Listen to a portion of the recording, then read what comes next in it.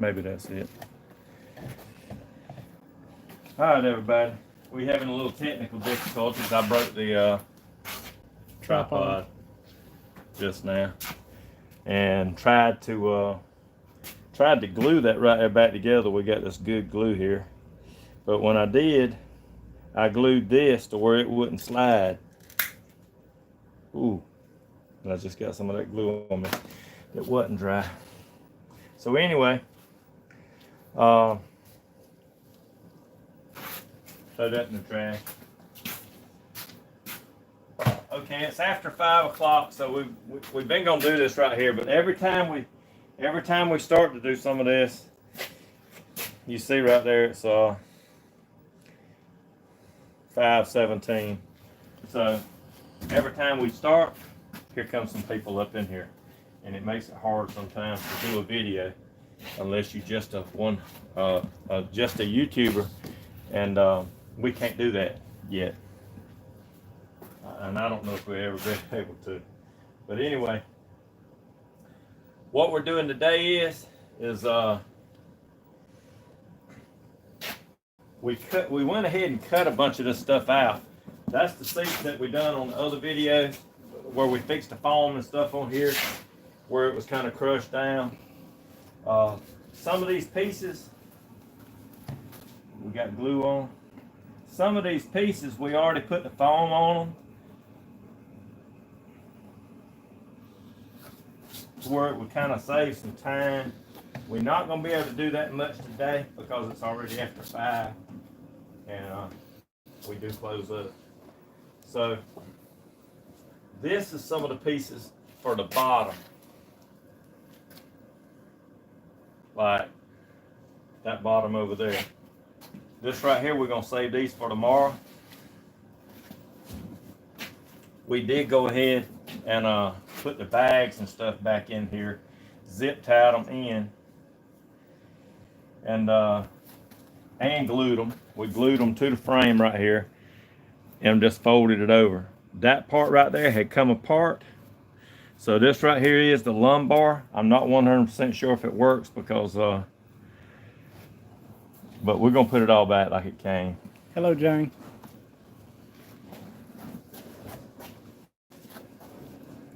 Is that United Kingdom, Jane? Yes.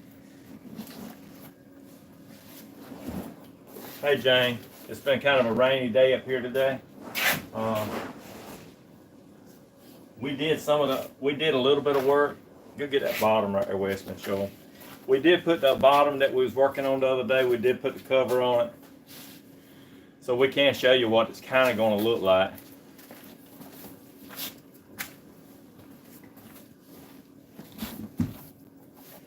So this is the bottom. We did put the contrast thread on it right here. I can show you a couple of mistakes that I did make on this right here. The seam on the other side where it lines up right here, I should have marked it on the foam and I'd have known exactly where to put it. So that seam right there ain't lined up with this one right here. But it does look a whole lot better on the bottom, the way it all fits, compared to the way it was. It was just hog grained on, and it had a bunch of wrinkles and stuff in it, and they did try to hide some stuff. But anyway, the other bottom right here, we didn't do it, and we was gonna save it for the YouTube video. But this is what it's gonna look like. Really a whole lot better than what it was. But you know, nothing's perfect. I'm gonna let Wesley set this back there.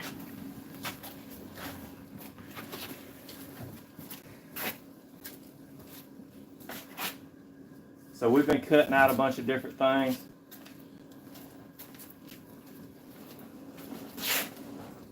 A lot of these pieces right here are cut out and they're made for the backrest. This right here is the boxing on the bottom seat. I'm gonna show you how to mark this right here to where you don't do what I just done on the other one. Excuse me. So we got all the grooves cut in the seat. All this needs to line up. Everything that you're putting together needs to be lined up. All these pieces. needs to be down in that groove. All that needs to be, that's important. This right here, where this seam right here goes, when I make my pattern, that's all I had to do, was right there. Put your mark on it. Come over here.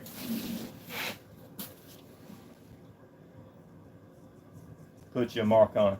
That's just so you know where that seam right there will line up right here.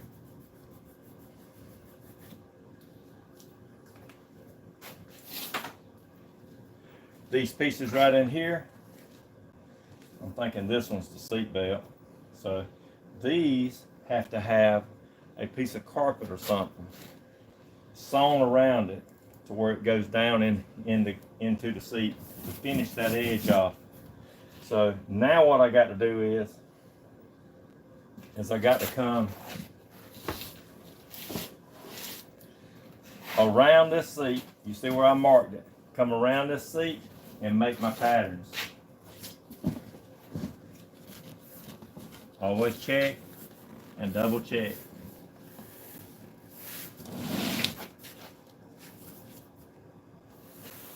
I just drawed that blindly, but I'm gonna straighten it up.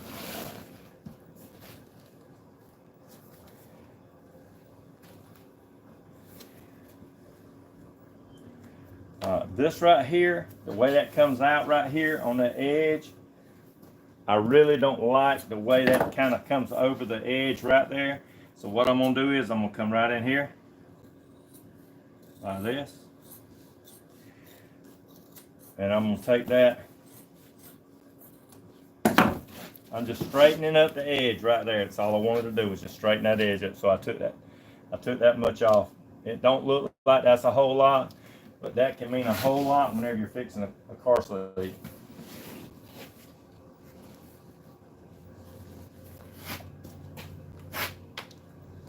Come right in here. This is going to be my pattern mark right here. So I'm going to mark off them other ones. That right there.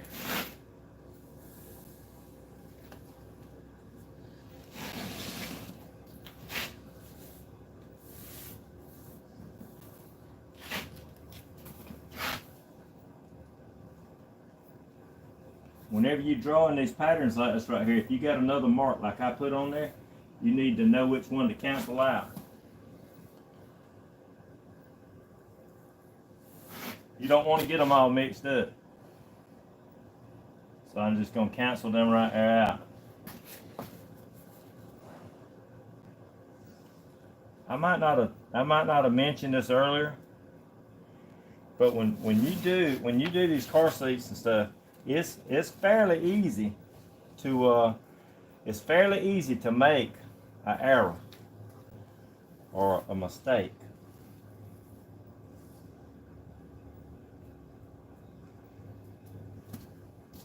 Even if you're good, you can do it pretty easy.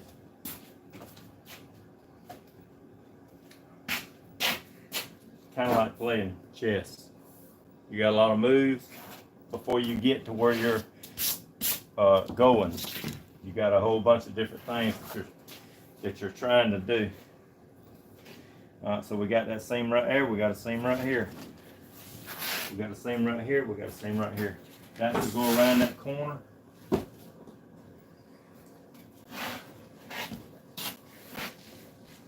All right. So here's one of the pieces right here.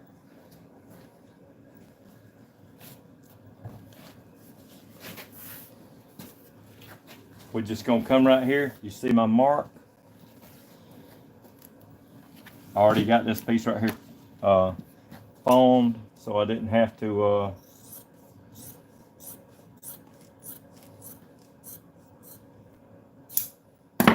and I did curve that just a little bit. We're trying to make that piece go around that curve right here. Can you see me way over here, Wes? Okay. All right, so we're gonna take this piece right here.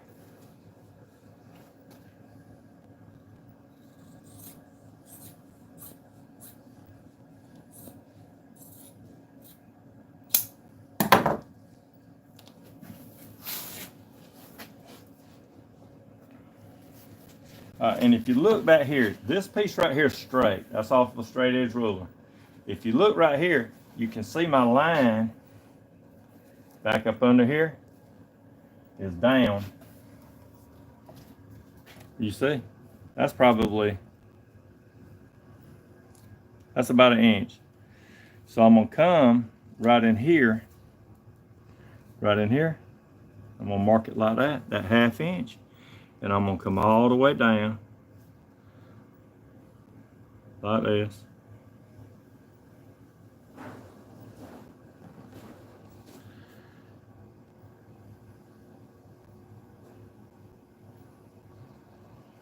And I'm following that line that's right there. But I'm leaving a 1/2 inch. So instead of going an inch, I'm going a 1/2 inch. I'm leaving this 1/2 inch right here for me to sew.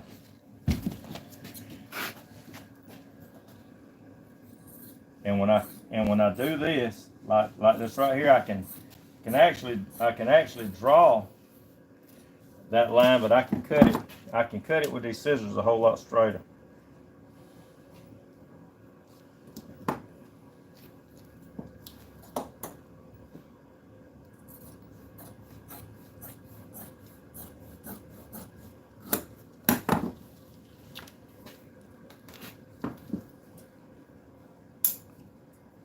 Put you a center mark in there.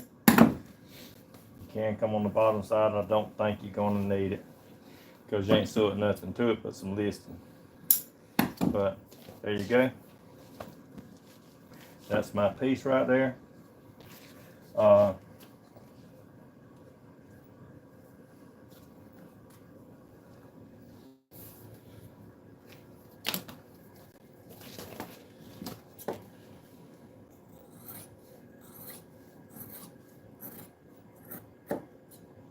Alright, so this right here is my piece that goes across the front. Normally, I would just trace out a piece that we had, but if the seat was in, but they got rid of all the patterns. And the patterns that was on it was really not good ones, they were bad. So that's jammed up, that's the way it's gonna be. I'm right on the mark, 1/2 inch over, and that's what you need is that 1/2 inch over, because you got to take a 1/2 inch, or maybe that much, 3/8. But as a rule, you say 1/2 inch, and you take and cut this right here. You take and sew that together. So we're gonna come right here. That's one piece. What was these pieces right here for, Wes? What do we have? We just made some extra ones. I thought the long ones were for the sides. Yeah, it might be. Anyway, we're gonna come right in here. You see my mark right here? I'm just gonna come right on down. I can see the indentation on the foam where it was, where the original pattern was. There's one right there, and then there's one right there. So, you know, hell, who knows, you know? These things have been covered. This will be the third that we know of. Well, the factory covered it once. The guy had leather seat covers put over it. That's twice, and then somebody else put this other job on it. So this will be fourth with ours. Yeah. Yeah. After 4 times, hey, if the patterns look real good, hey, I would have took that. I'd have said, hey,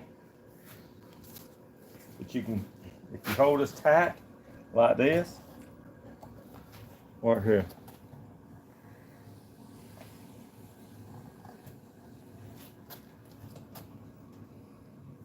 Right there. There's my mark. I'm gonna go a 1/2 inch on the other side. I'm gonna come down here.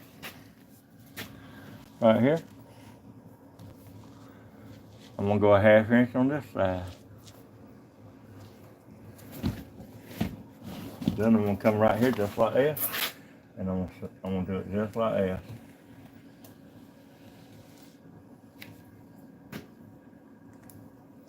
And that right there is my pattern for this side. always check it sometimes and check it and then check it again if you got to.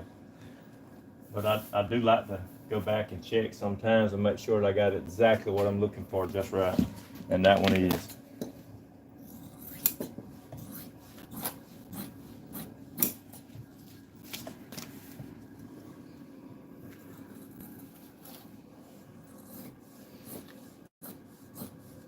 Jane, we're not interrupting tea time today, are we? Yeah, Jane. Hey, Jane, we didn't have no tea time much today.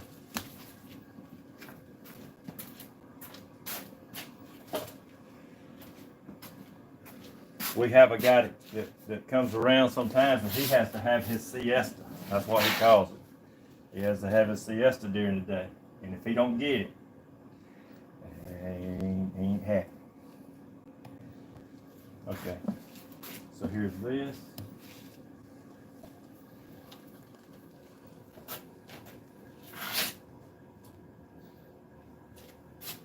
What did I do with my other piece, Wes?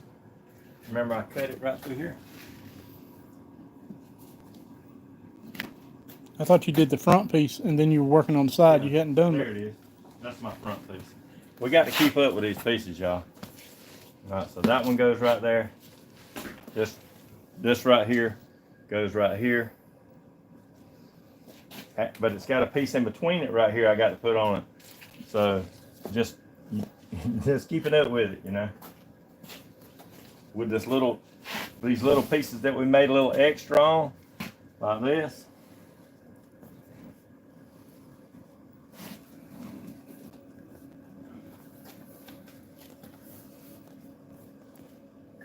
Jane says it's nearly bedtime, or supper time, excuse me, for her.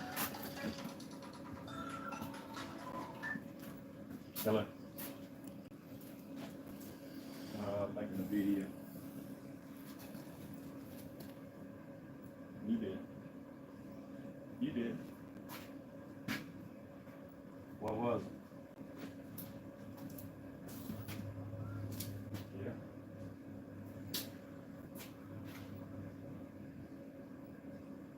All right, bye.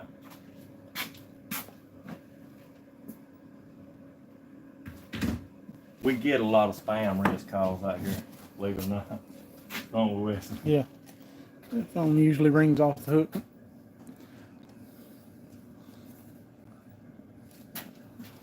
Alright, so we're gonna come right in here. Okay, so you can see right here where my line is. And you got to do it exactly like we done it before. Come right in here. Do your 1/2 inch. Cut it down here. Do your 1/2 inch.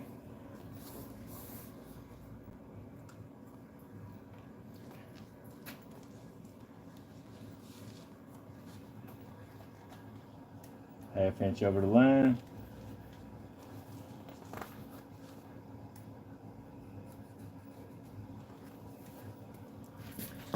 Once you get them 1/2 inches on there, you can actually come around to the front like this.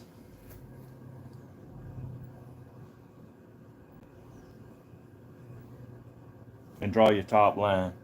Now I might have to go back on this bottom right here and maybe come right in here.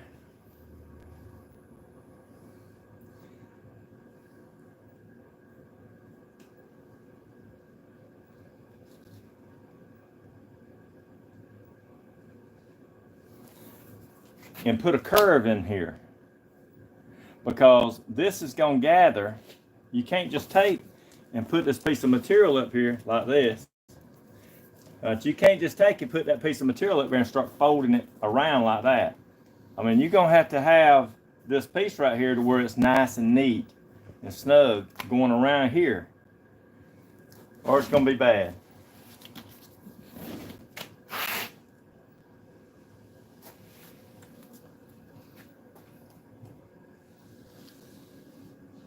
I know that don't look straight, y'all, but it is.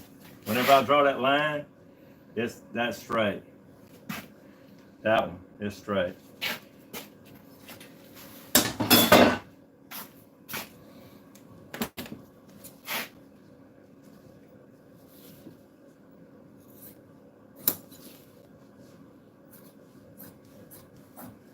I cut that piece long, I might need it on something.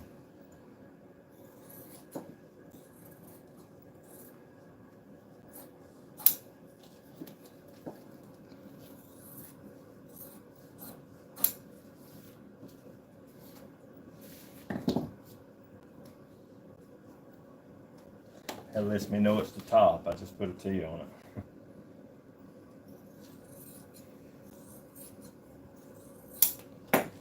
Okay, so there we go. We got this piece, just like that.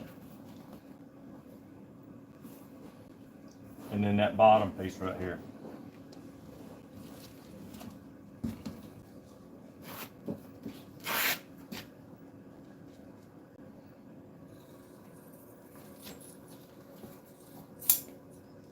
Just like that.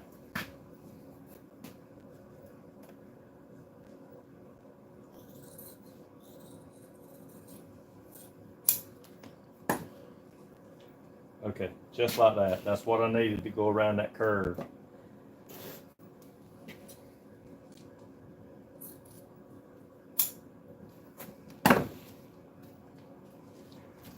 So this piece will go just like this, and this piece will go just like this.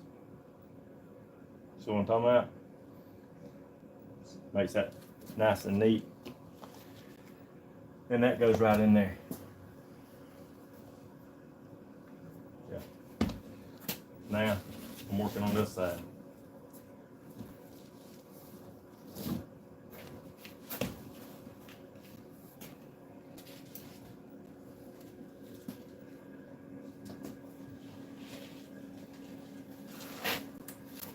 We cut out, we glued several pieces right in here because we didn't know what we was gonna have to have when we was, so we just glued up some.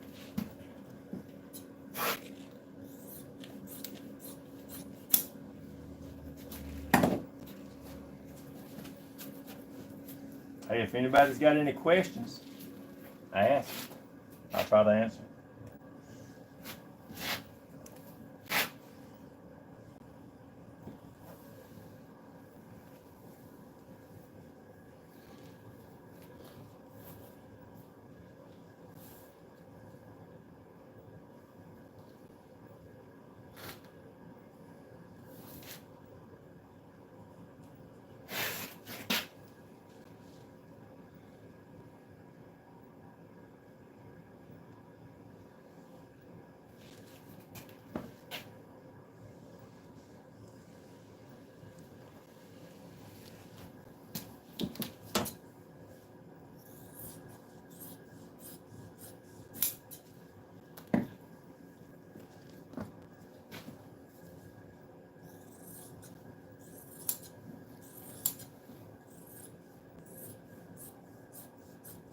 If you're learning and you're trying to figure this out or learn this, you always can come right in here like this and put some marks on it. You know, line up marks whenever you're sewing it together.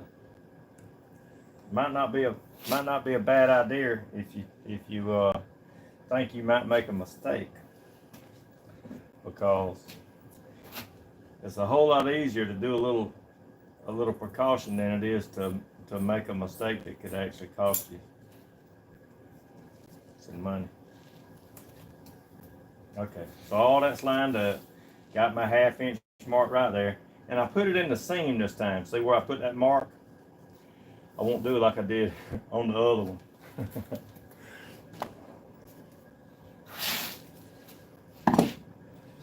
And here we go. We're gonna put this piece right here.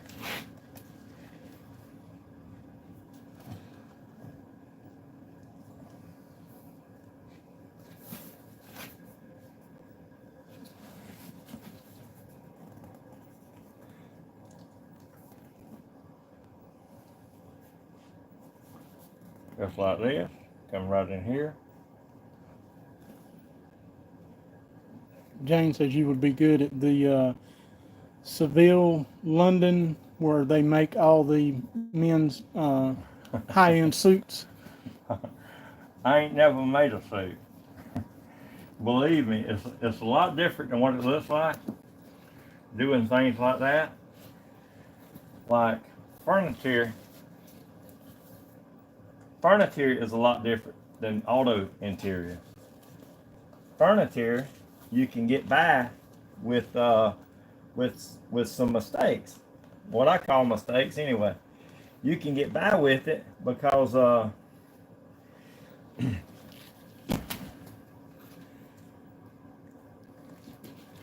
because you can fold it. You just fold it. If you got a place, you just take and fold it, staple it, fold it, staple it, fold it, staple it. With cars, you can't do that. It's got to be just right.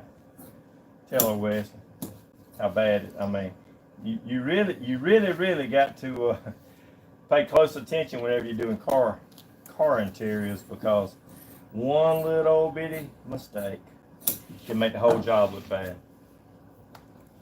Especially if somebody knows what they're looking at.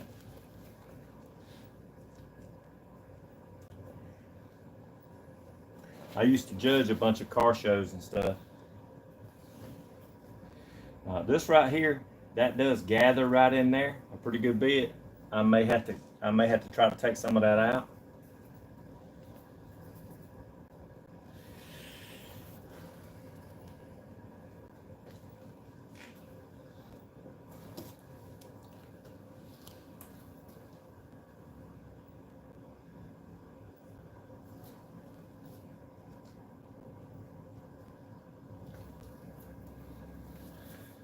Where's that? Right there, right there.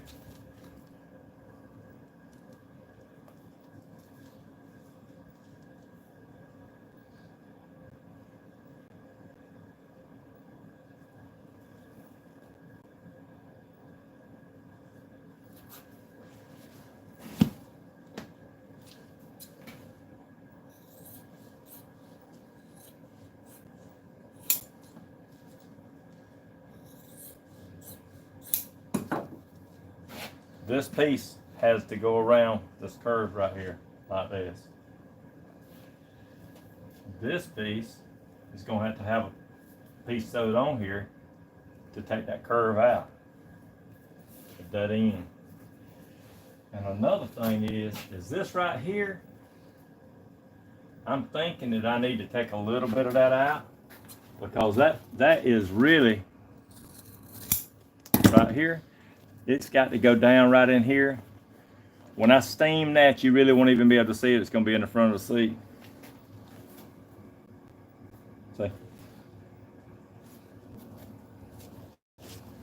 So I'm going to come right here.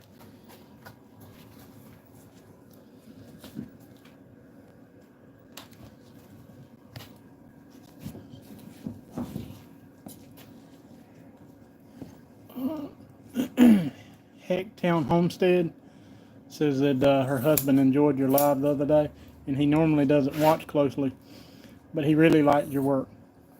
Well, thank you. I've been doing this a real long time, it seems like. I used to didn't think it was that long, but it seems like the older I get, it does seem like it's long. I've had a bunch of customers come out here and say, man, you made that look so easy. And they go and buy them a sewing machine.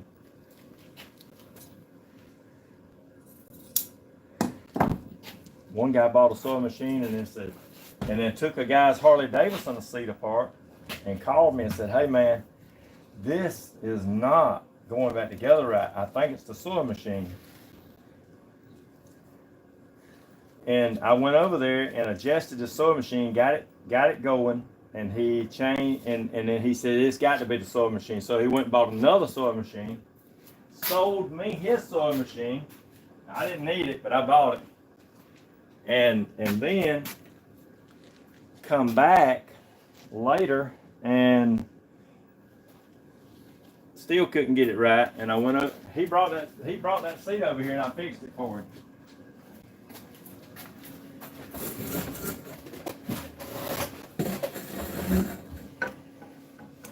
You can't take and sew across the same line and take the stitches out, sew it across the same line, take the stitches out, and sew it across. You just can't keep sewing in the same place. You know, if it's not lining up or whatever, you can't keep going over and over, because a needle sticks the hole in the material and it will cut that material.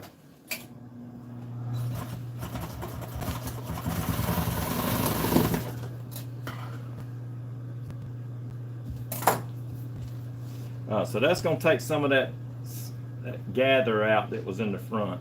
And when I steam that right there, like I did on the other one, it'll actually look good.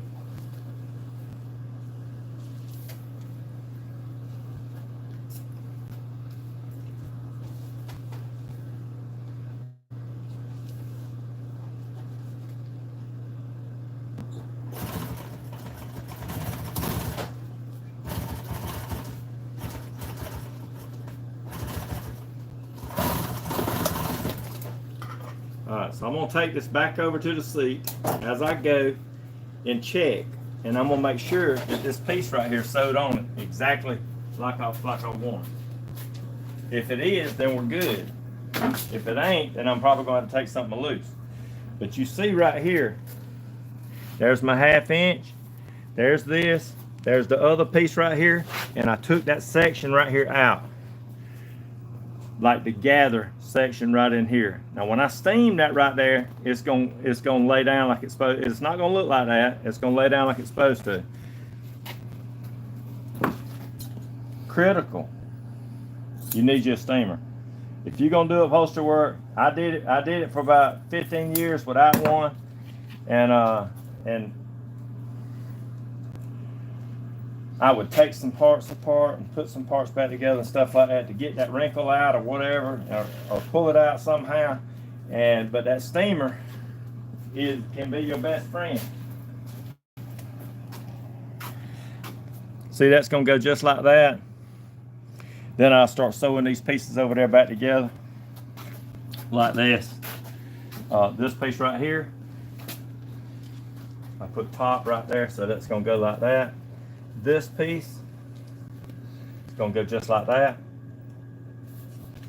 Go ahead and sew all these pieces, these little pieces like this up.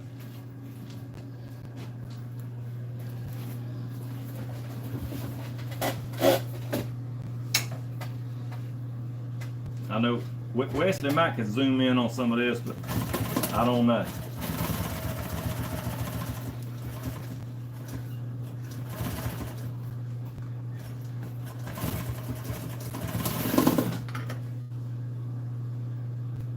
Alright, there we go. That's the other side. Be pretty neat once it's all put together. So I'm gonna go ahead and start sewing some of these pieces right here together, like this piece. You can look at this and tell it goes over here. This is the front piece right here. It goes right here. And this piece goes right here. You see it's a little long right in here. That's all right. I got the hog ring this piece on there. I can go back and cut it once I put the frame in it. But I'm gonna go ahead and get these pieces right here sewed up.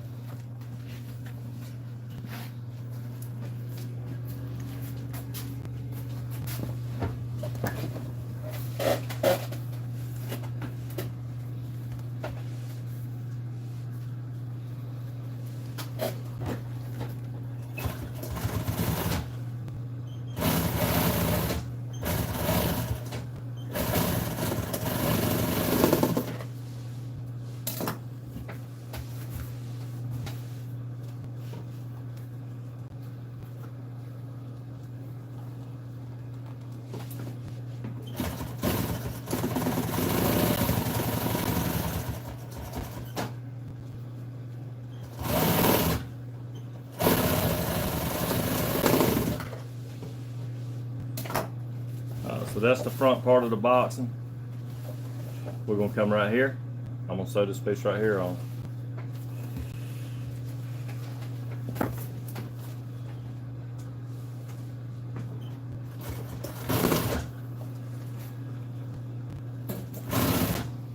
I believe my lights done been knocked Hey, sewing that when I was sewing that contrast thread on, if I had a long arm machine that was back to here, which I'd have to rearrange my table and have one, I'd have to move it back. But if I had a long arm sewing machine right here, it would make it so much easier. But I ain't never had one, so. But it would make it so much easier. And I take that back. Take that back. I have had a long arm sewing machine, but it was messed up. There was some stuff wrong with it, and I got rid of it. Somebody bought it, but I've kind of wished I had another one. Maybe I should invest getting one. But if you go along, if you do this right here, and you just do it piece by piece, like I'm doing here, eventually you'll get it all hooked up. When you're making this stuff from scratch, like I'm making these patterns right here, scratch. The back part back here, I'm gonna have to go around that. I may have to go around here and I know I'm gonna have to sew some listing, but I want to put the frame in there first. That way I know how far to go, because it's got to be hard ringed on. These glasses. It's like looking through muddy water. For real. I do have some. I just ain't went to the eye doctor and picked them up yet.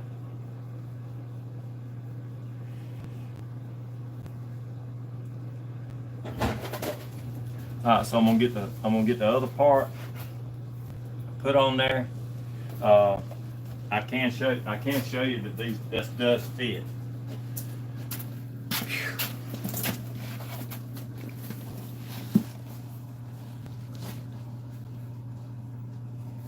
Okay. It's supposed to fit. Come on, come on. Don't be ugly. Right there. Right there. All this right here does line up. It fits. I left it long in the back, about 2 inches for a reason.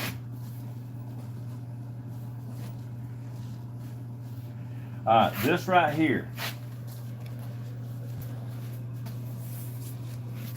I'm gonna show you this. This right here, right in here, right here, has got some little bit of slack in it right there, but it don't start to right about in there. But what I'm gonna do is right in here, before I start sewing it, I'm gonna take this sewing machine right here, and I'm gonna gather that right there, like this, just a little bit. We're gonna come right in here.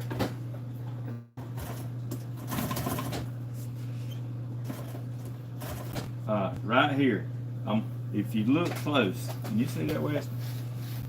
You might can see it. I don't know if they can. Well, I can't zoom in because it blurs it, but I'm gonna come around and see if that's a little better. Okay, right in here to here, from here to here, where it's kind of got that little bit of a pudge out a little bit. I ain't got to do it much. All I got to do is just a little bit. I'm gonna push, and sew, push and sew. You might want to come in here, slacken your stitch a little bit.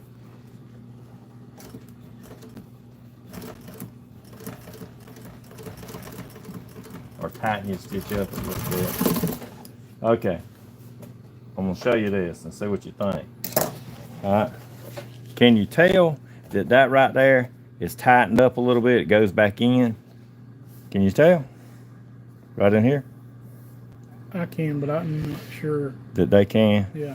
Okay, anyway, this right here, a little bit, sometimes that's all it takes, is a little bit. That right there's tighten that up a little bit to where when I go around that edge, it's not going to be puffed out.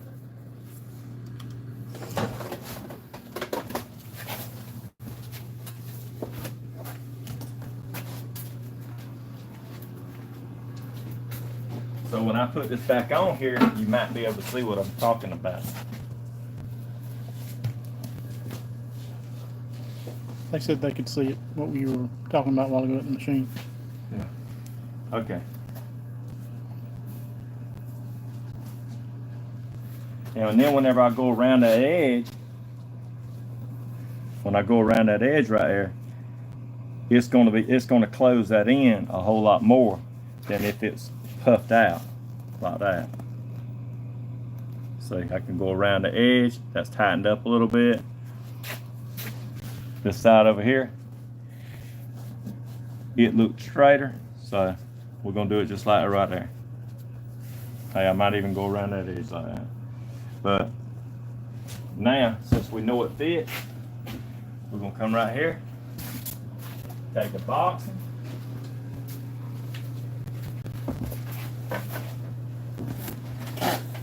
and I'm gonna sew this on. You come right here, you get your center mark. I cut that off a while ago. I'm gonna sew that edge.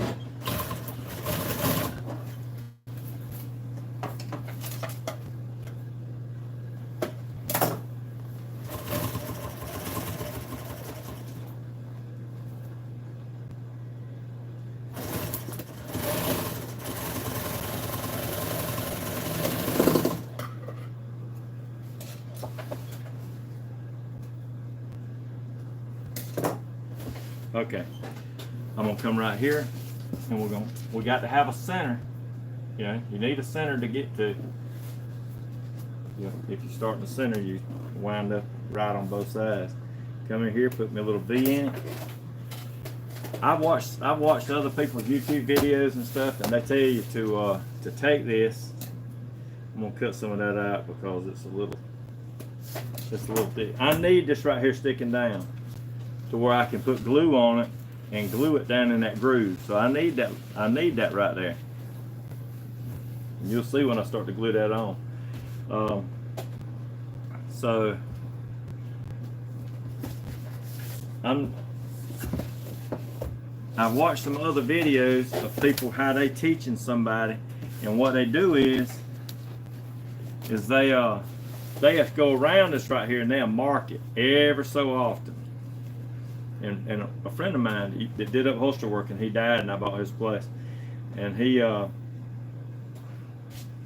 I still got it in town. It's just closed. But he sold me his building and everything, or his children did. And he would mark it like that. I guess it's just the way you're taught.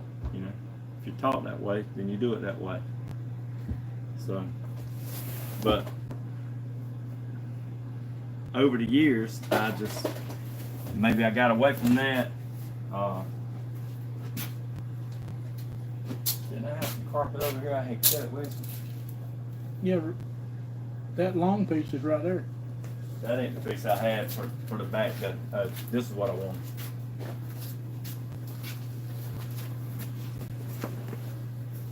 And I need a little piece to go around that, the dark.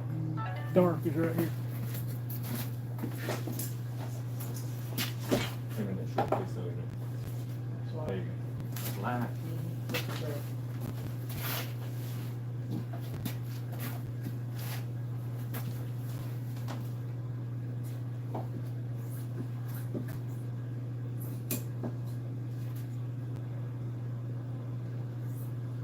And we ain't got much left, do we?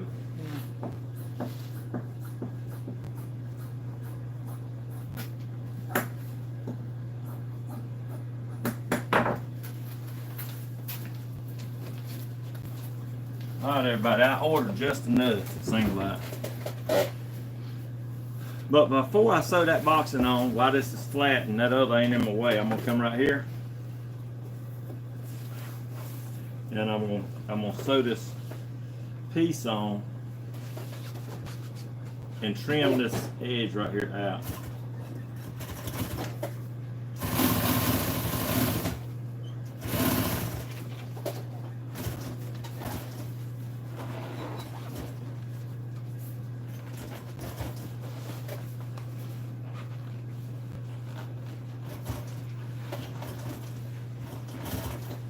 All I'm doing is just going around this opening right here, this is where the action goes through that leans the seat up and back.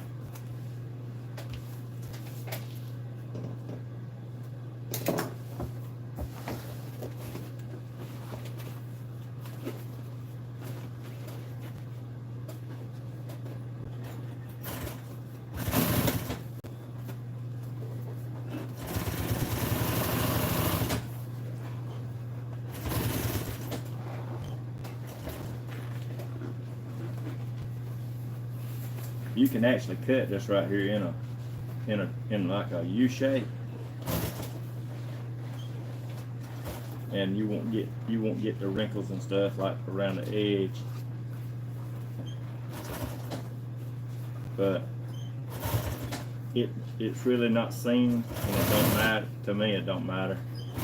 But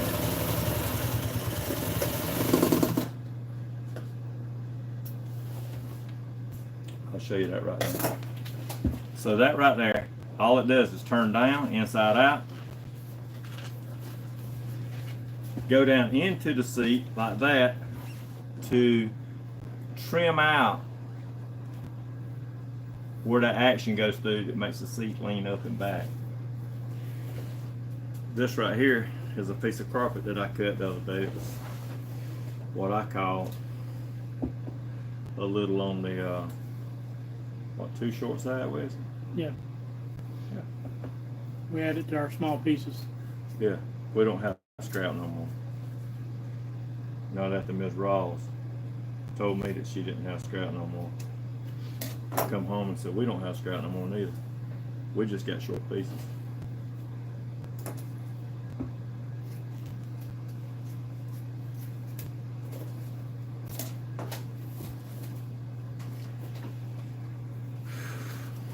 Alright, this one, that's the seatbelt hole. This one and this one. This one is for the pin to go through for the hinge on the other back. What's this one for? This one's for something. The armrest in the middle to hook to. Is it? Yeah, the armrest in the middle. We better check that Wesley and make sure that'll go through that hole. No, it's pretty small. Is it? Yeah, let's check it. Just slide it over here.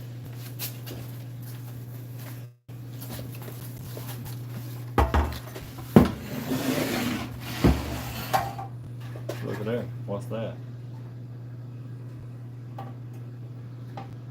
That went through sandblasting and everything. A zip tie.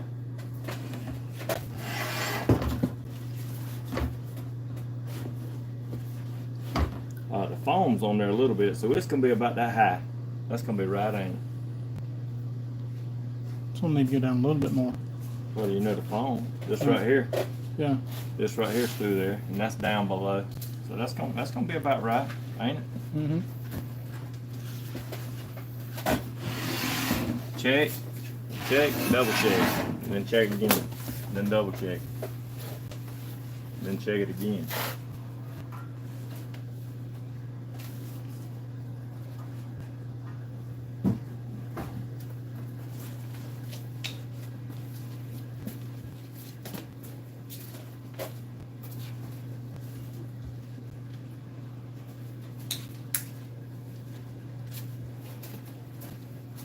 All right.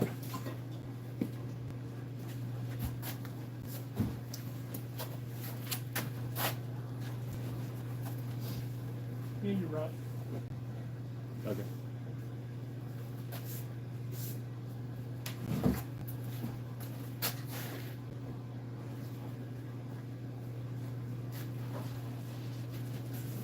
All right. This right here, I'm just gonna cut a square, that little square out right here. And I'm gonna sew it like this. This part, the back of it, is gonna be facing up.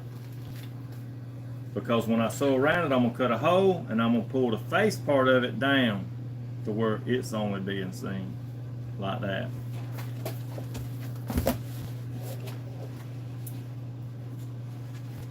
This ain't open heart surgery or nothing. It's just the way it's done. Okay, we're gonna come right in here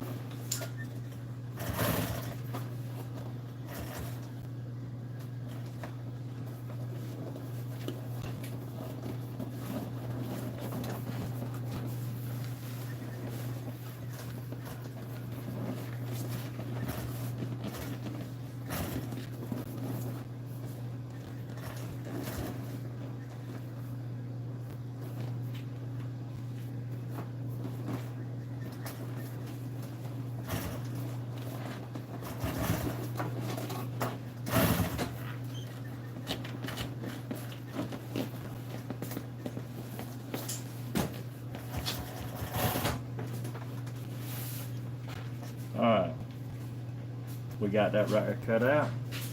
You got me a hole puncher there, Wesley? Wesley gonna get my hole puncher. I'll punch a hole through it and then just cut it out.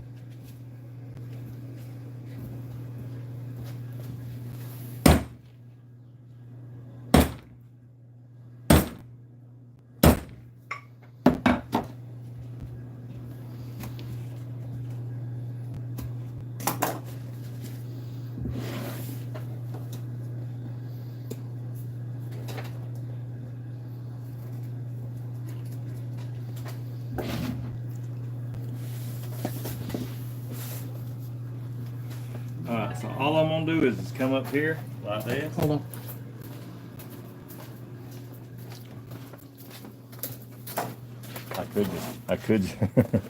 I could just make a neater cut. It wouldn't matter though.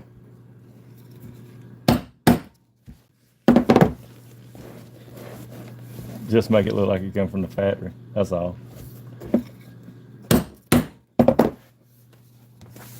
Or you can take some scissors like I'm gonna do that first one that I started on. And cut them out just like that.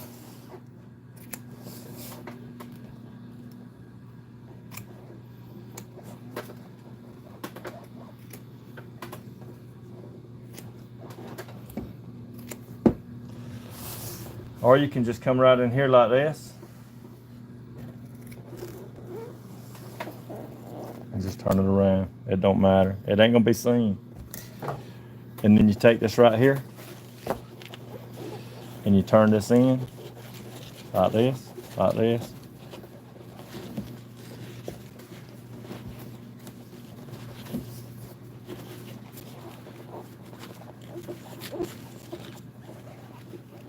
And it goes down through the foam, and it gives you a little finished edge right there for your this right here is for the little hinge on the seat that goes down in here, and you just slides into a grommet. So all it is to finish out the edge. It's not for and it's not never even seen. So that still don't mean nothing that it's not never seen, because you want your work to be it's like if you do real good work, then It's the fine details. yeah, I mean, it's if you do crappy work, then that's what you're gonna be known for. If you do good work, then that's what you're known for. So it's always good to try to keep a good standard, and that way you'll always have something to do.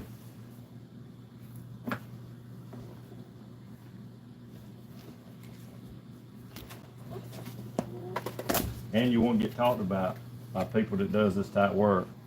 I try not to talk about nobody. Even if I know that they done it, I don't say nothing, because, you know, I feel like that they tried. At least they tried, and that's worth something. They can get better.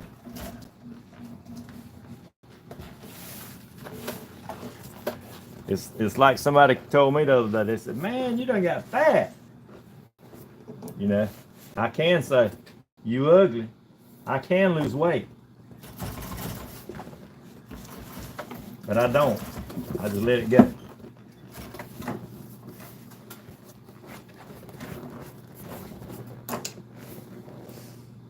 That cup's moved over there.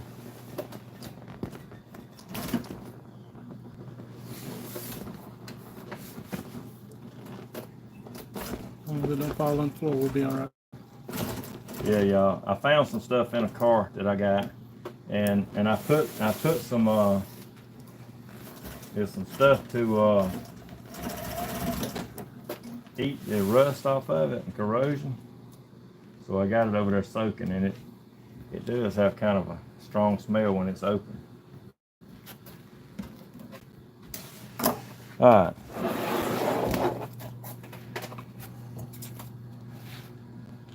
Want me to get you a bigger hammer next time? Hey y'all, he got. I did it, wasn't I? I was the one that did that. He got me a hammer for the railroad, driving cross ties, but it's all right. It works, and it don't take a whole lot of effort to make it go through the material.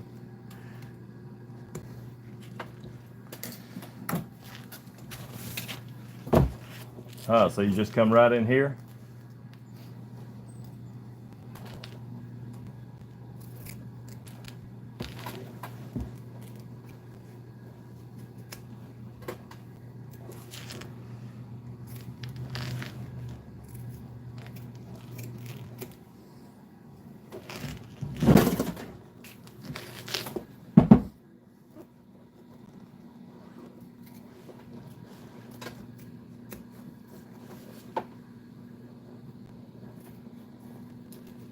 All this is to keep it from gathering up when I pull it through. That's the reason I'm cutting that excess off of it, just like this.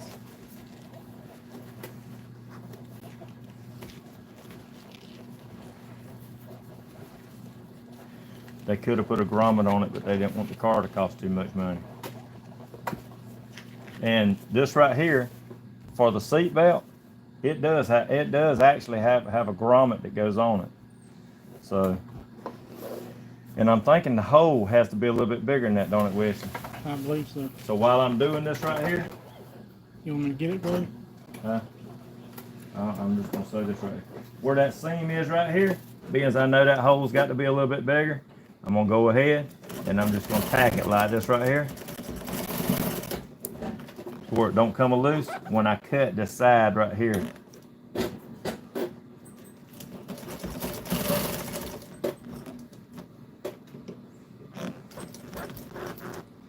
And I'm thinking it's right about to there, ain't it, with something like that. So we're gonna come right in here.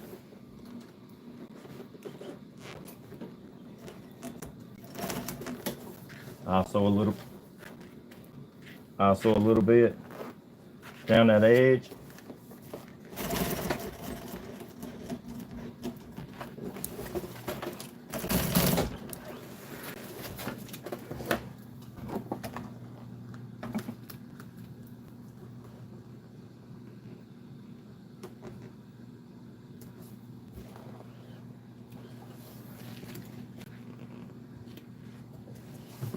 Woo.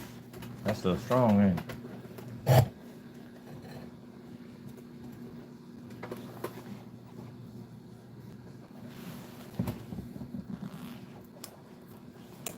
Most times I'll take the I'll take the grommet and stick it up there and kind of trace around it and then cut it out. I didn't do that. All right, that's where we're at. Well, it didn't have that in there, did it, Wes?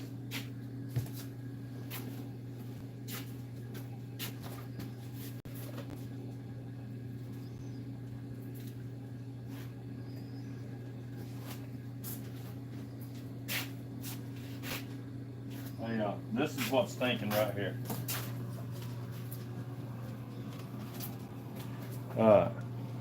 I found that out there in a car, and it was corroded bad.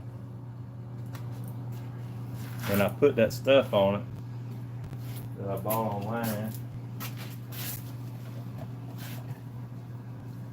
They say it don't hurt you.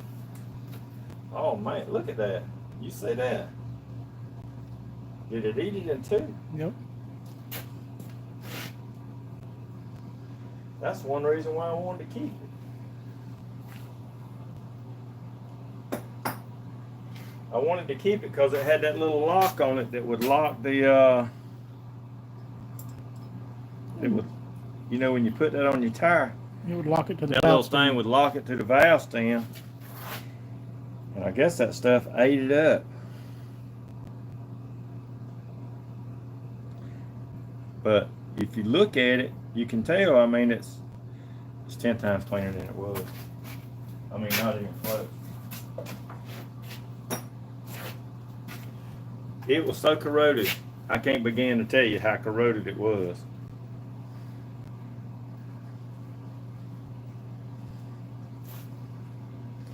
I'm gonna walk back here to the buffer and I'm gonna show you what that looks like.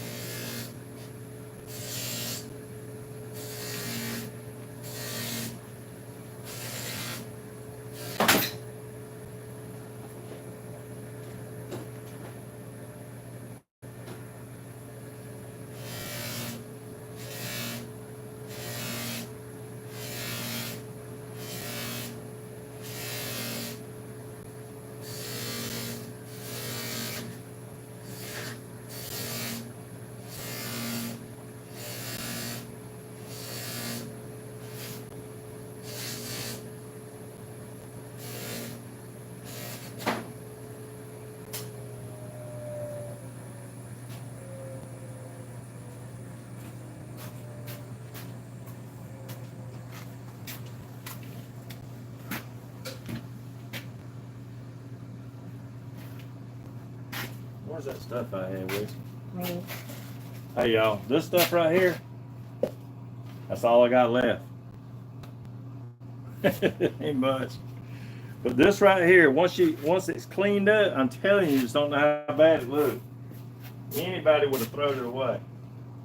And you can tell by that right there. If it was so corroded that it ate this piece right here up.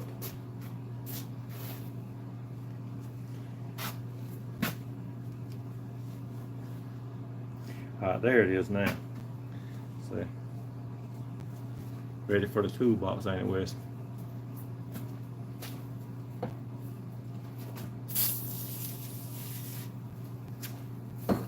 That ain't nothing but glass cleaner.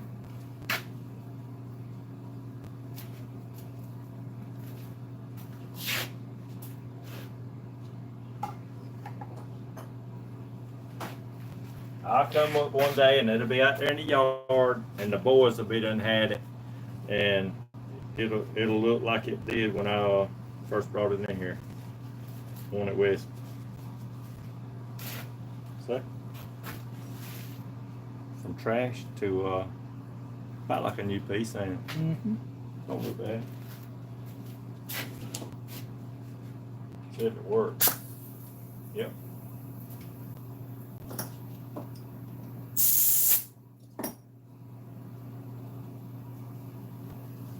Okay, back on the seat.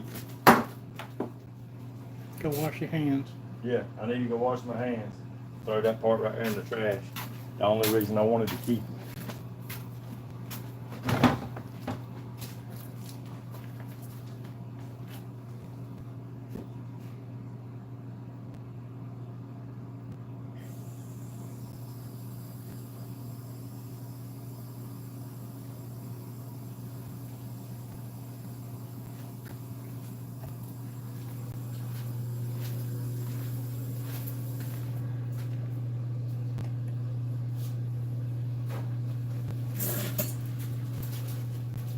Hey, y'all know if it's solid brass, it's got to be old.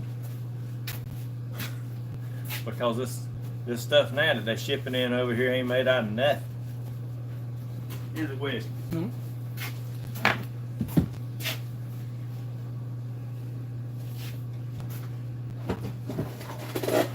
all the new stuff ain't no good. I think that applies to a lot of things. Furniture, appliances. The older stuff is better than the new stuff. Yeah. It's just made better. Give me that piece of carpet, Wes.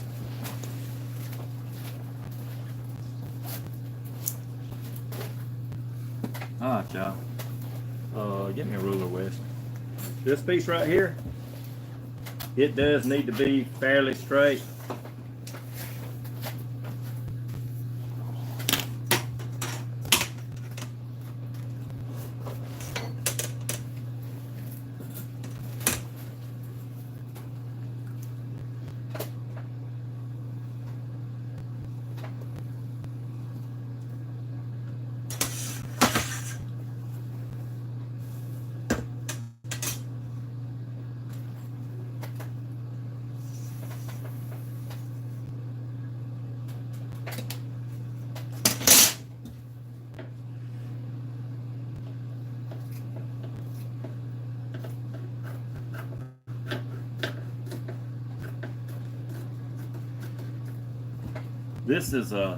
This carpet right here is made like for the back of seats. It's not that flex form or none of that. It's actually made for it. It's made for the it don't stretch very easy.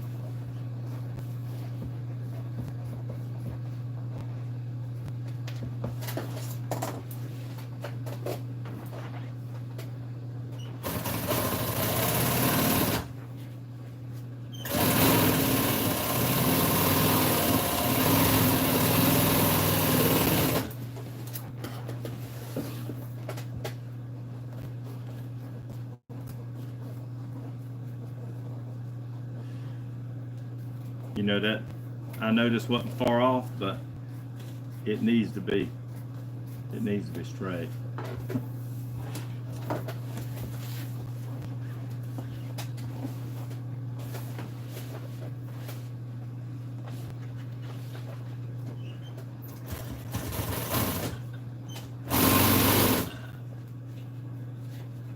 Whenever you're sewing this, make sure that them little tabs and stuff is going back the other way. You don't want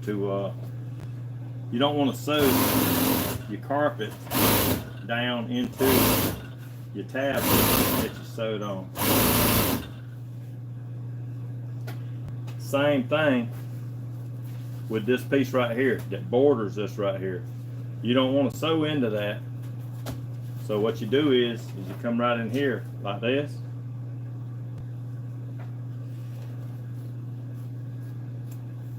And just cut a little bit of it out. Just like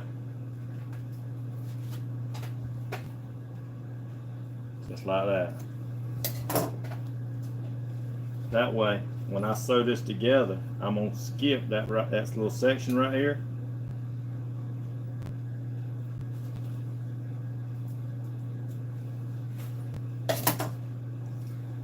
With this, and I'm gonna go over it with the carpet.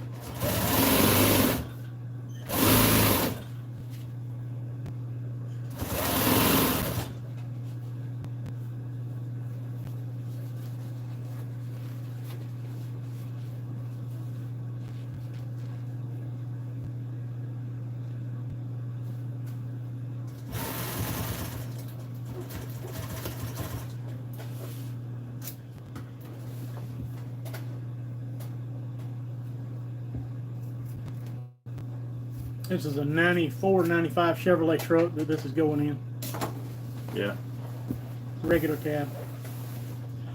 Did I sew that piece of carpet down the other day? I think I did, didn't I? I'm just gonna put a top stitch on this right here. I don't think it's got pressure on it much. I'm right here at it, and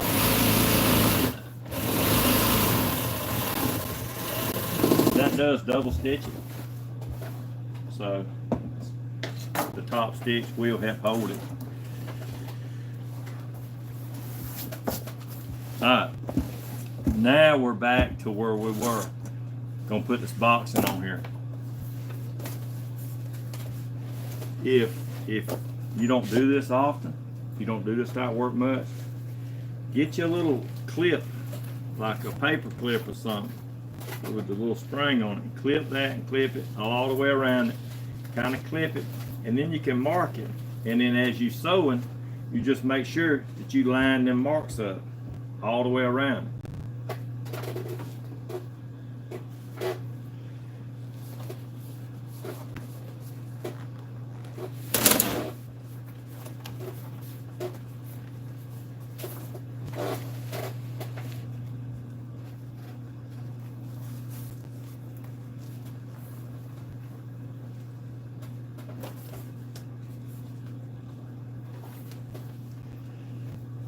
See?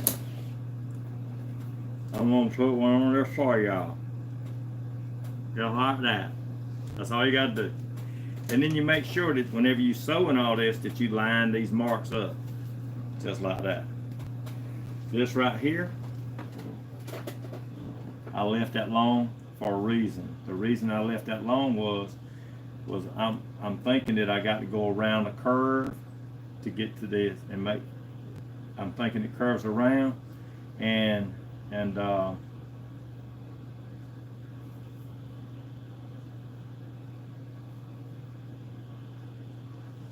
of fact, I know it curves around. I got to sew a piece of Velcro on here to go to this.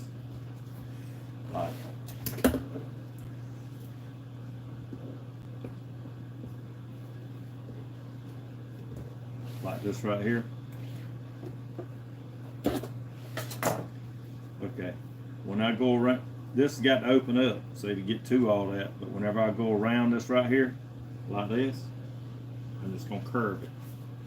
And I'll take that little piece right there off of it. Stretch my stitch out.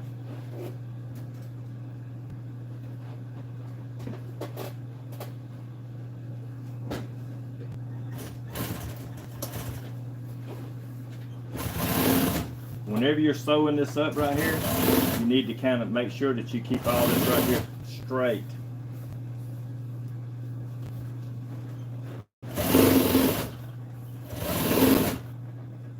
You're out of bobbin. And make sure that you don't run out of bobbin. I got one more bobbin left, basically for this.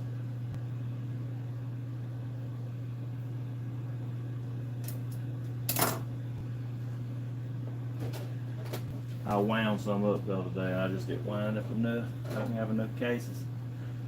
I mean, enough bobbins.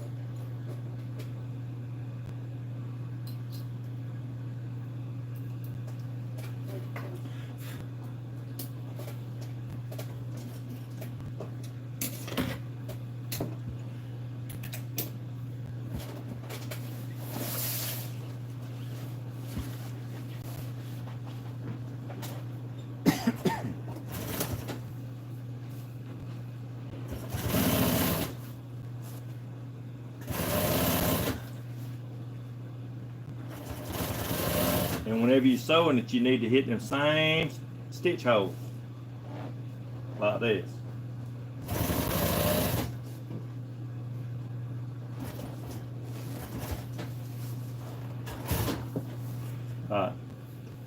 They seen me gather this right here. You seen me gather to go around this curve.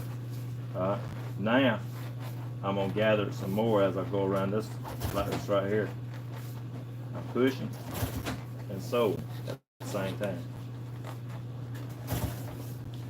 That way, when I pull this back, and it's not gonna have no lump under the. It's gonna go around that curve, that edge, and it's where it looks good. There's my lineup mark right here and right here.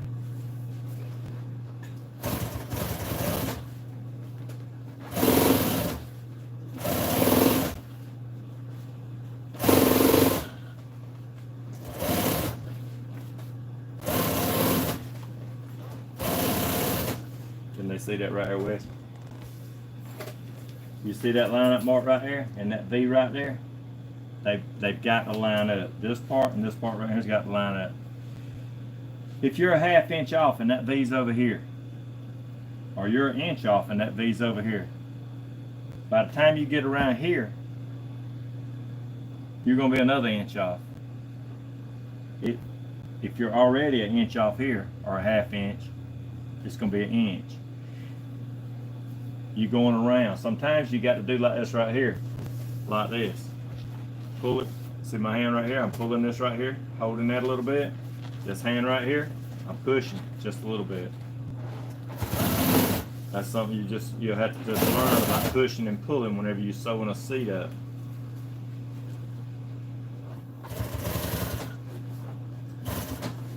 That's pretty important to know how to do that, especially if you're doing something like a headrest.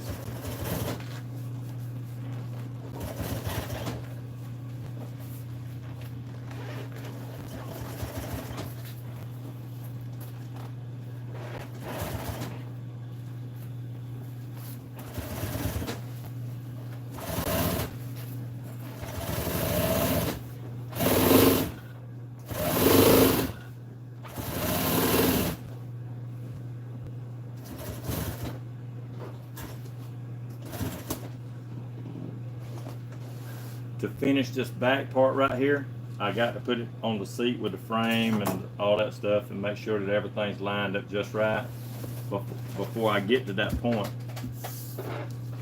You don't want to come back here and put a French seam in here and then have to take it apart. You can take it apart real easy right now at this stage. So what we'll do is we'll stick it on the seat and make sure everything still lines up just like it's supposed to.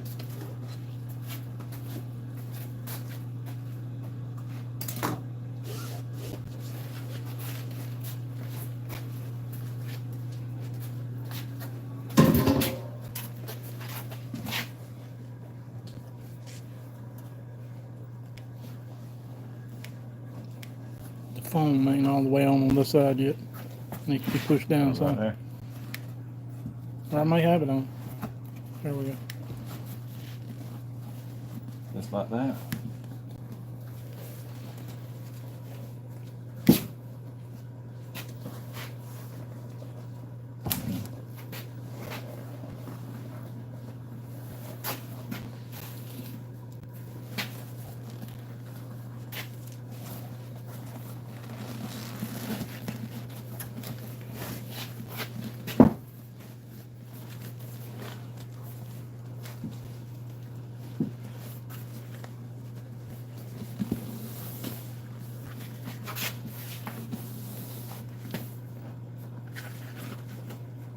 That's right. That works very good.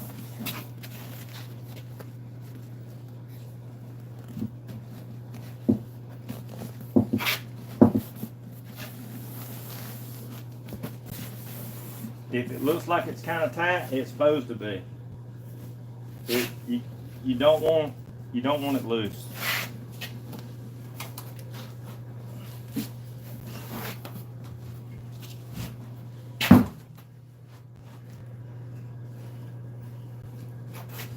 Okay, this right here was measured before I put it on here. This and there's where you put the hog rings right here, right here, right here, right here. What I do is I sew a piece of listing on here. This piece right here, it's going to get a piece of listing sewed on it so I can hog ring in these holes right here. This carpet right here, this carpet, it gets a piece of listing where I can hog ring it in here. I can take a piece of vinyl and just sew a loop in it and sew it across here. Put a piece of wire in it and hog ring it down. This side right here, this,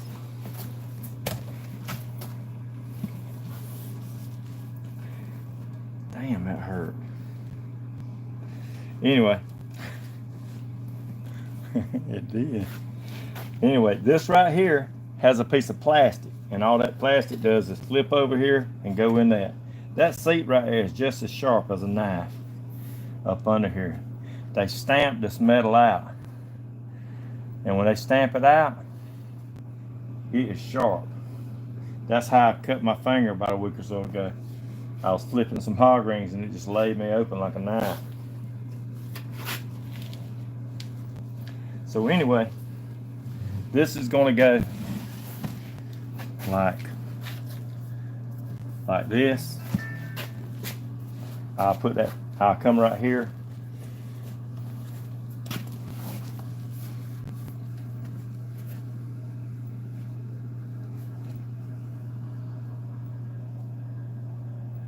I'll make a piece for this right here. And sew a French seam around here.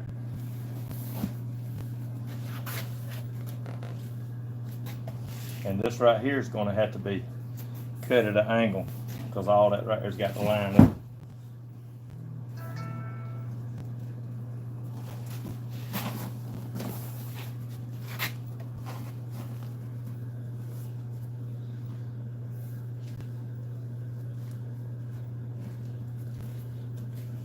Always make sure before you cut anything like this right here off that everything's lined up. Because if it's not, you could actually you don't want to have to start over. Not like that.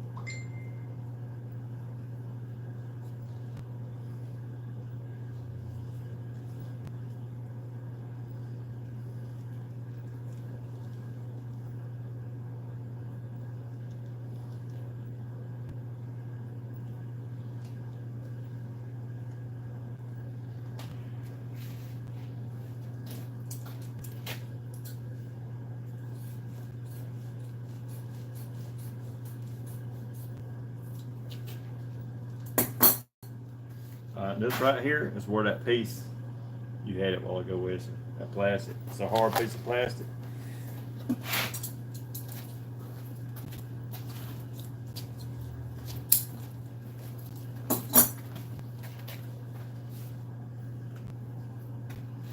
Yeah, this hard piece of plastic right here, which has been used over and over, goes just like this. Somebody's already cut it off. Is that it? Is that the right piece? Unless it's on the other cover, that's the only piece I got in the box. It could be on the other cover.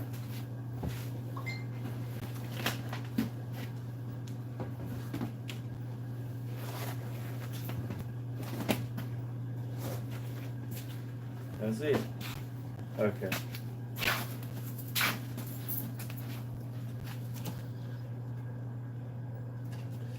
This is it.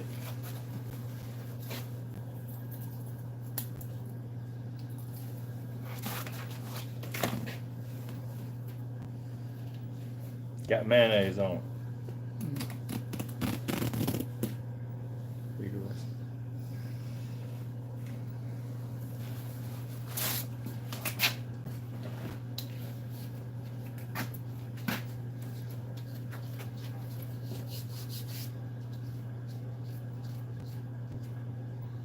Some of the backrest patterns didn't look as bad, but we can't use them because they still pretty bad. Okay, right here, before you sew something like this on, you need to kind of know where you're at. So here we are right here. Well, it's still short because there's another catch right there.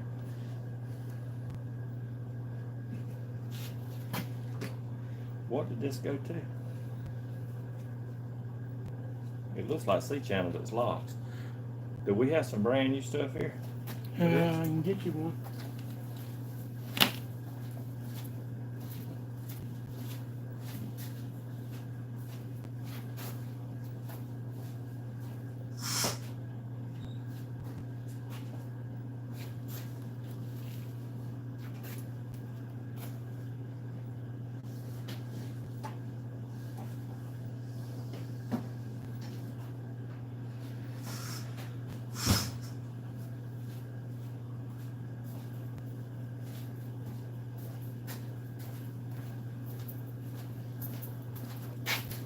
All right, Wesley's got us a brand new piece.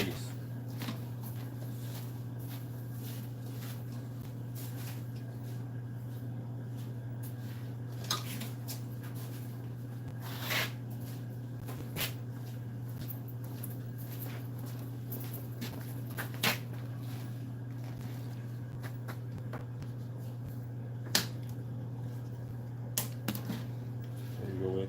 Appreciate that. So we'll put this brand new piece on here, and I looked on the other seat, you know what I mean, and it was kind of like that right there, like somebody had stuck a piece in there. They had done just like that on the seat covers that we pulled off. Somebody just stuck a piece in there. Remember that?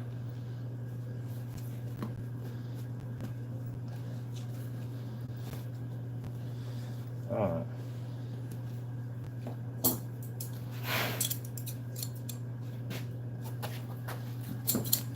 It's getting loose. I wonder what's going on.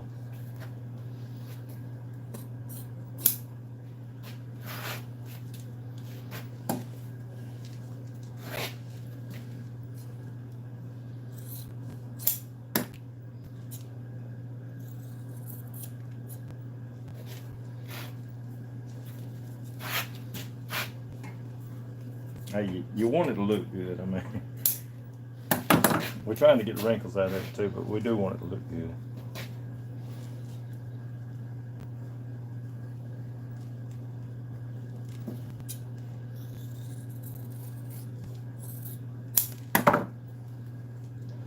So I'm just going to sew this piece right here on, and I'm going to hem this edge right here. Right here. We'll take it back off.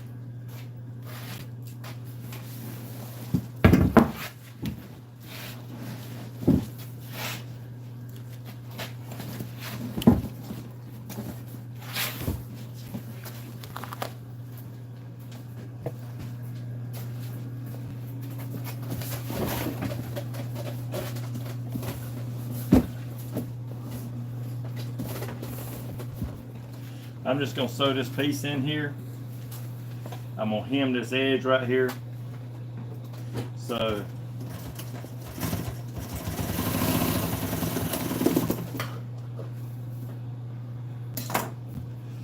when I sew this other piece on there, it's going it actually kind of finish it out, even though it's under the seat, and you probably would have to crawl down to look.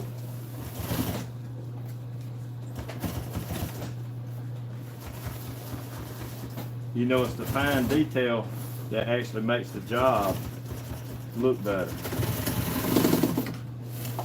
You can get something sloppy anywhere. Okay, so that's what it'll look like whenever I put that piece right here on. That piece of metal ain't gonna be showing.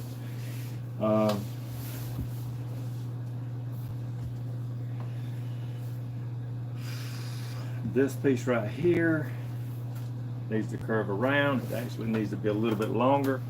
So I'm gonna take this and I'm on.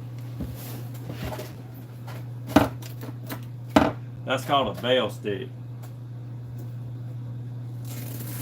It sticks to that really good. Kind of like hard Velcro. Yeah, it's like a hard Velcro. You can, if you putting something in a car or something like that, and you want it to be there, and you don't want to just glue it, you can actually take this right here. If it's got wood in it, you can screw it into it, or if it's metal, you can take and put a little metal screw in there, and that right there will hold Velcro a whole lot better.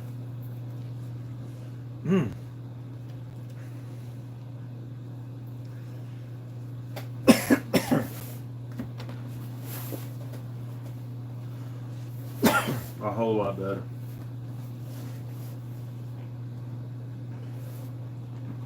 I ate some chili a while ago. I should have thrown that away. It's about to kill me.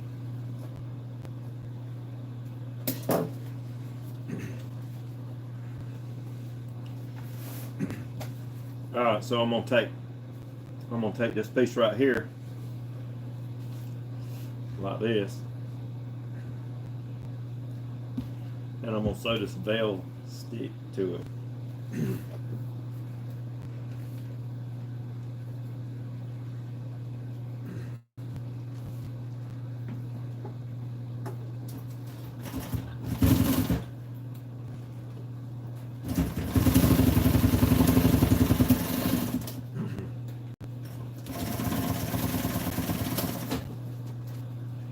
So it's wide because I don't want one end flipping up.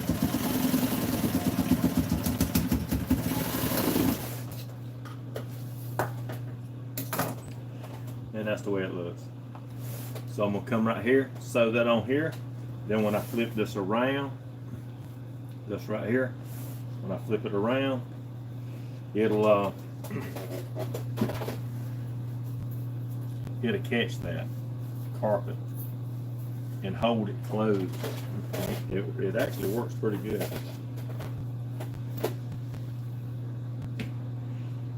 We use them veil sticks on these fire trucks whenever they have these hose bed covers on it. It needs to be strong and it needs to last a long time. And we put a wide veil stick on it.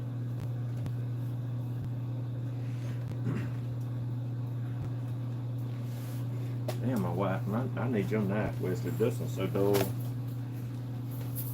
I'm surprised mine cut because I was cutting When you boxes. cut car seats apart, there's a lot of dirt gets down in these edges right here, and it dulls the knife real quick.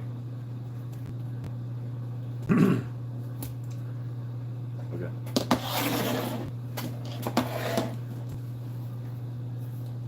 That's the reason I'm always sharpening my knife, because these seats hold so much dirt in the seams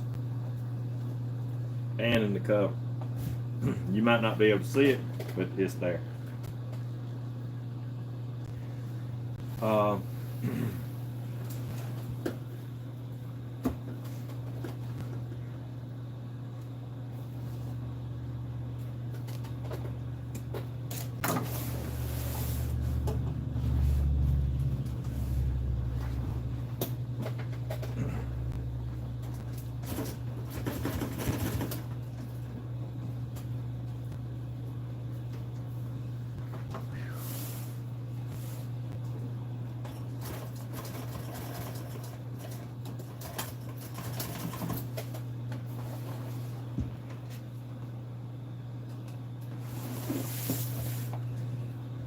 Hey y'all, sorry this takes so long, but it's just the process of doing the job.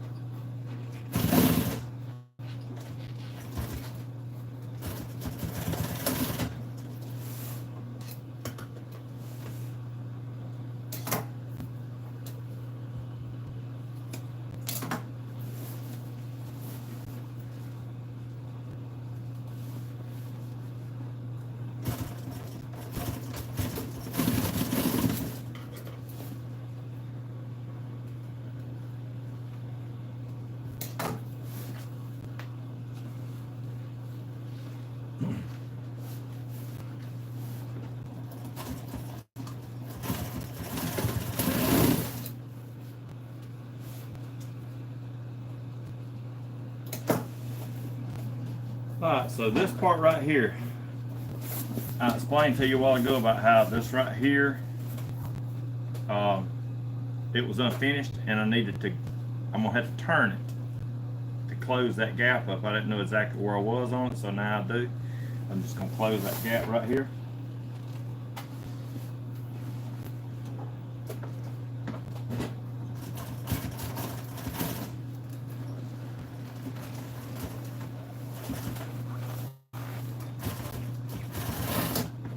Line them stitches up. like this. Make sure all of them's lined up. You don't want to be out here and over there or anything. You want it all to line up perfect. Alright, so that right there is going to go around that edge right here like this. I left that a little long. You can see it's longer than this black piece right here. I did that for a reason. I'm going to come right here and I'm going to fold that over and hem that edge.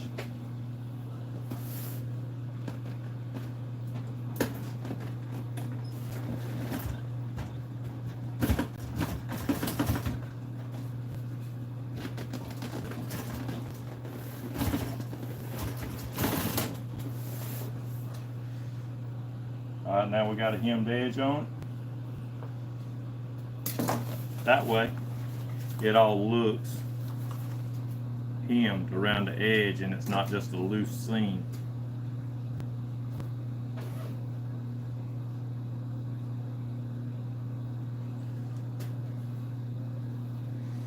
Got any long stitches, you need to kind of snip them off. So now whenever I put this around the edge, it's going to look like this. This is going to be a little long. It's going to go right here. This right here goes just like this. And it closes that up. Can you see that, Wesley? Mm-hmm. So that's going to close. That's going to be your opening and closing of the seat right here. Just like that. That sticks pretty hard.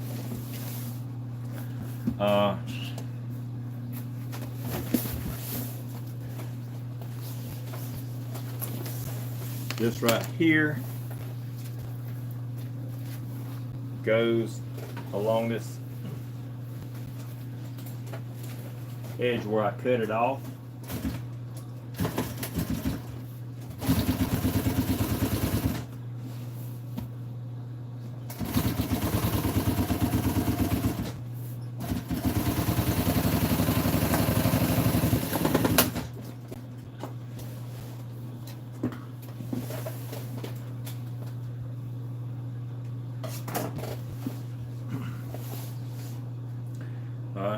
And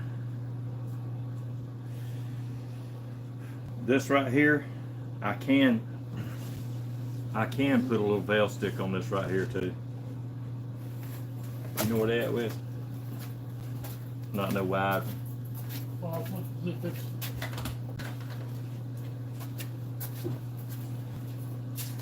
Westy, get me one.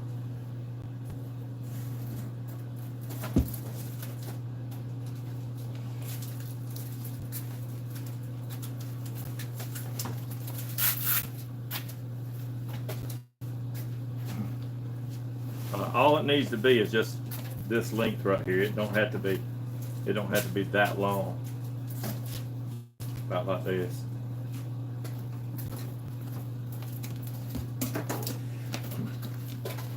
This edge right here, I'm gonna fold it under and just hem it right here.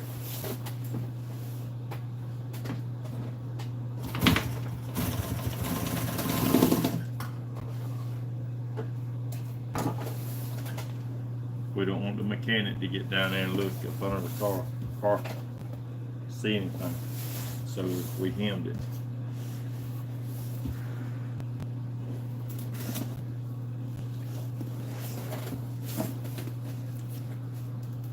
When this grabs it, you know, I mean it kind of makes a mess. Pulling it apart.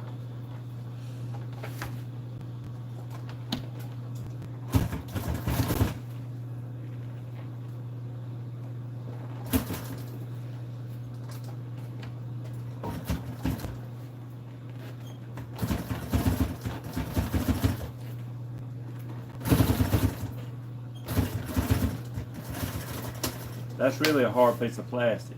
You know, it's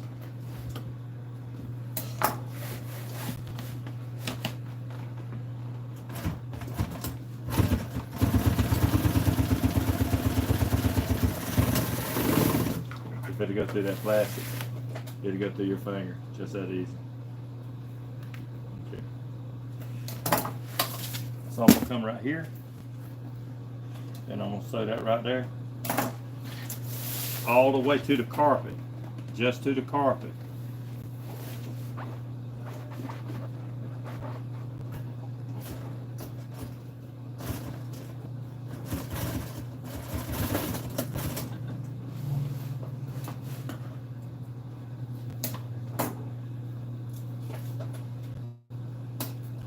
Alright, Wesley. We'll sew the listing on here.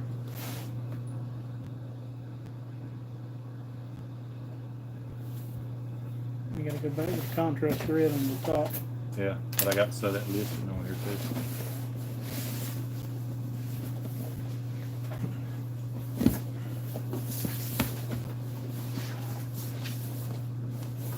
I'm gonna hem this corner right here.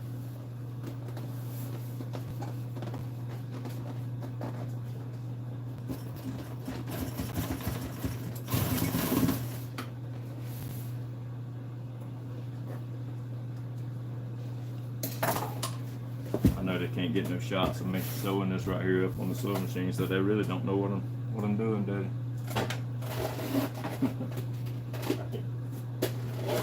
they? Anyway, this is listed. They make it with a piece of cardboard in here, like right in here, and then they make this like this. It's just a flat piece. All it does is save you a little bit of time and having to sew a piece of vinyl or some cloth, and it's pretty strong.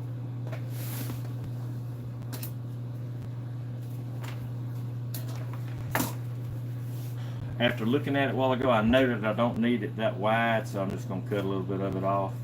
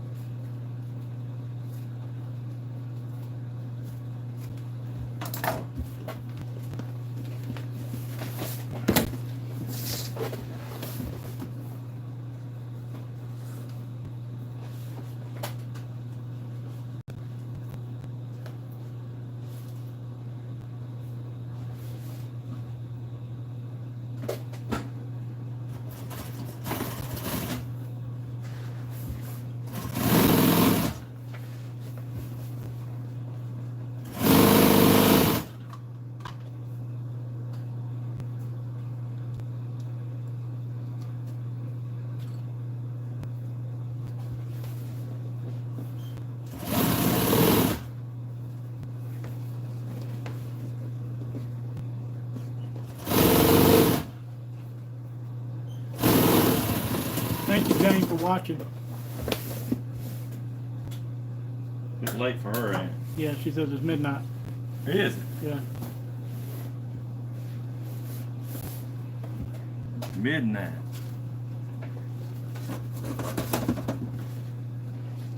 It feels like midnight over here.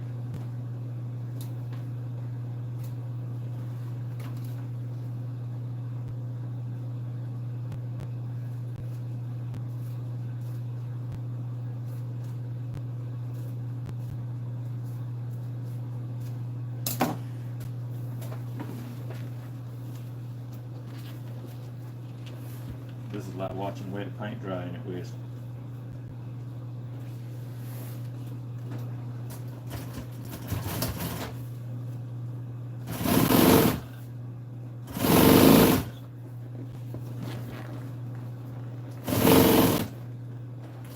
Hey y'all, when we really learn how to do some YouTube stuff and edit and do all that kind of stuff, that would be good.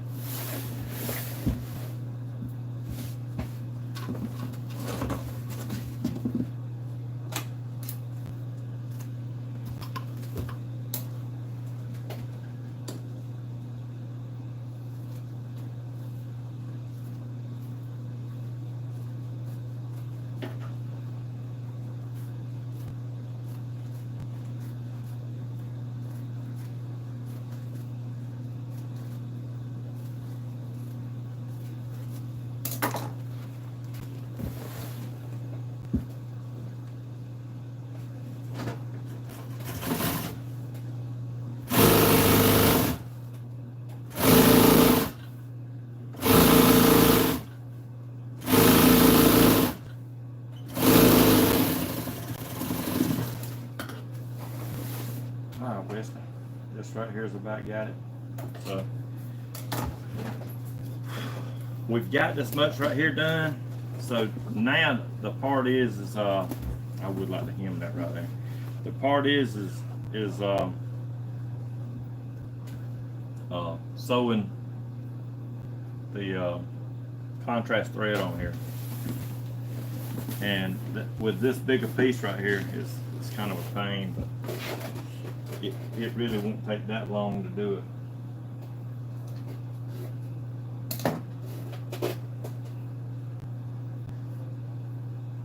This thread ain't as big as some, so I ain't even got to change the needle.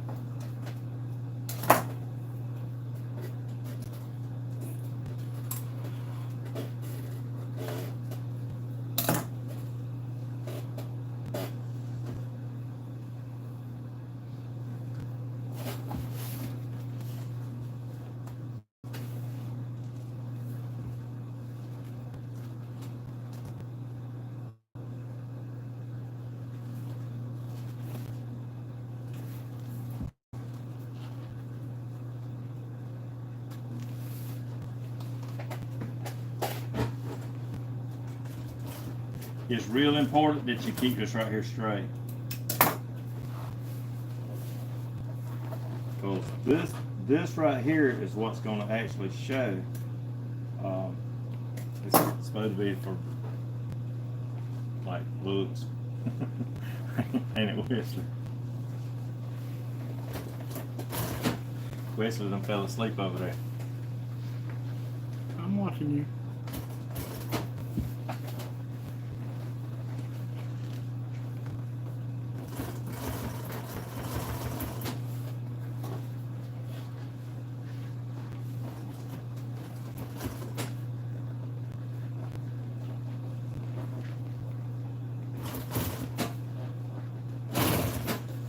Wesley said, damn, it is like watching that thing.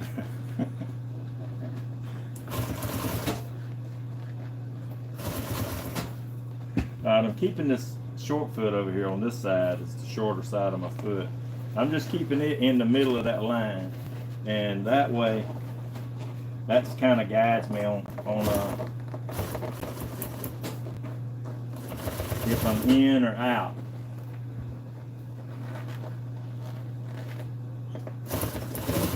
And I'm taking this other hand, my right hand, and I'm pushing this I'm pushing the bottom of the material, splitting it to where whenever it's sewed that it's laying down.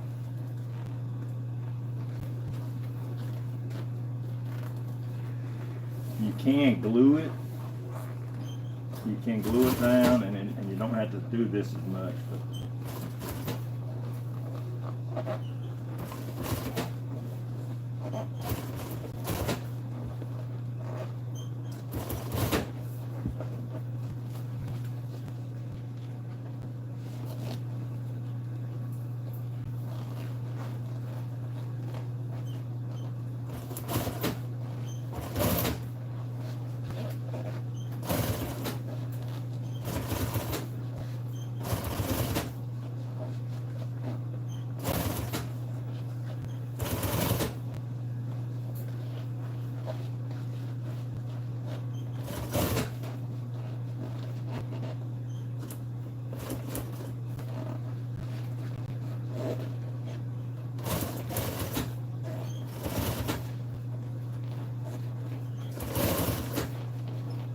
I know it's a slow go, but you can't. Even as a slow go, I mean, you can't make the most. This is the part that you don't want to make a mistake on.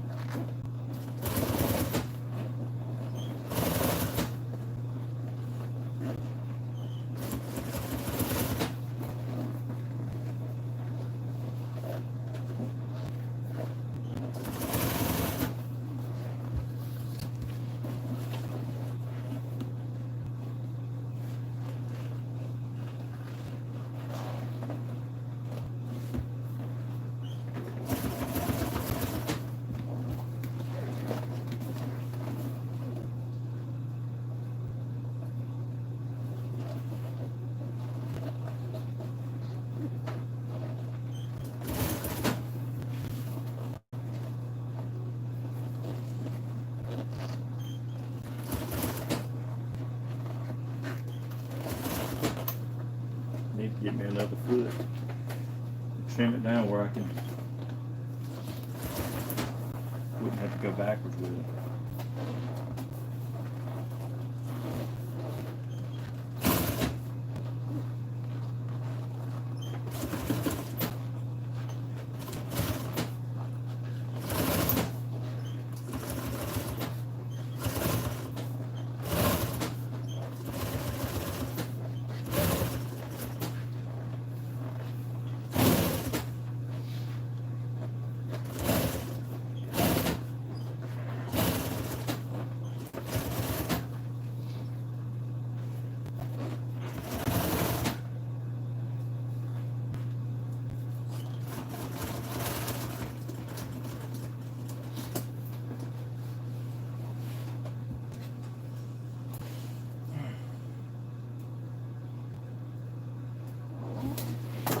Okay, so that's one side of it sewed right there. And then I got to go back around and sew the other side.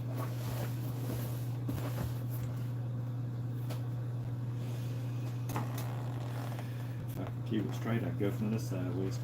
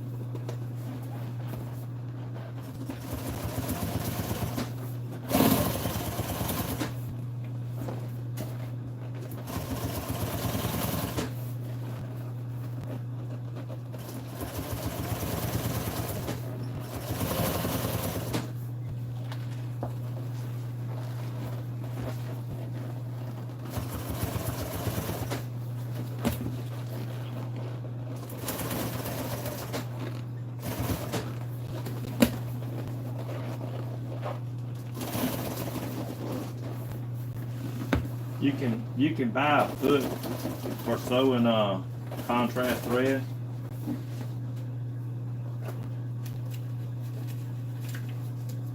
There's one right there. That gauges how wide you put the stitches. And that right there, that little spring loaded deal right here goes in the middle of the stitch. And you can buy, I got all different lengths, every thickness, but I'm just sewing this one right here. I'm just kind of gauging it by the foot right here, just to keep it even.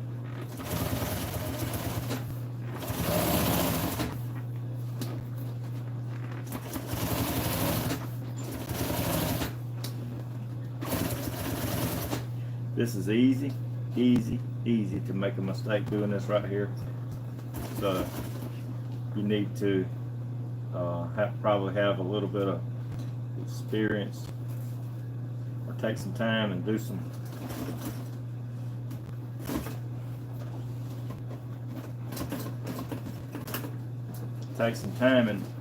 and do some practice before you start doing your top stitch, unless you think you got enough practice. And a whole lot of patience. It does take some patience, and it can kind of be a little irritating sometimes.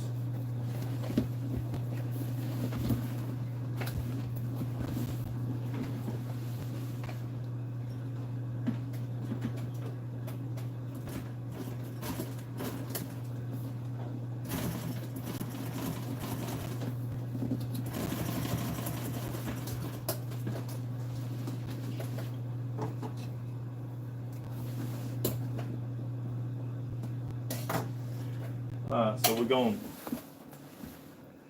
gonna try to stick this together and see what it's gonna look like. We got to put that grommet right there in the middle.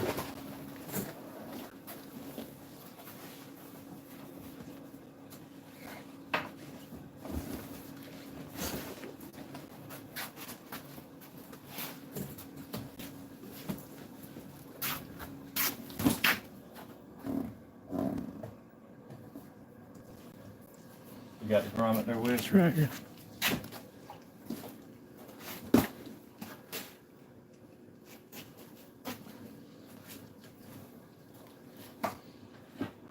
You need a screwdriver or anything, or will it snap on? I think it'll snap on.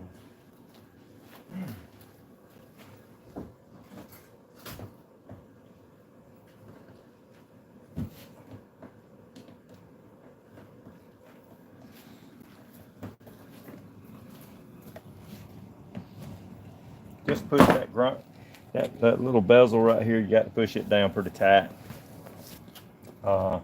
Always before you glue something on, you know you need to test fit it again. So that's where we're at right here. Is we're just gonna test fit this right here again.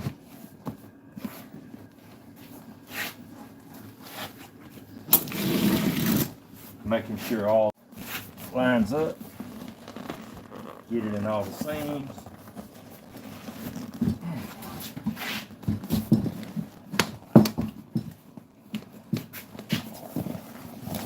It's like fighting a bear.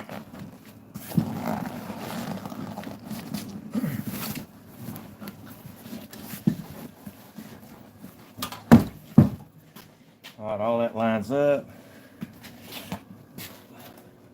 You can bleed this shit. Put it on the wrong side. Put it on the wrong side. Okay, I gotta cut this back off and put it over here. I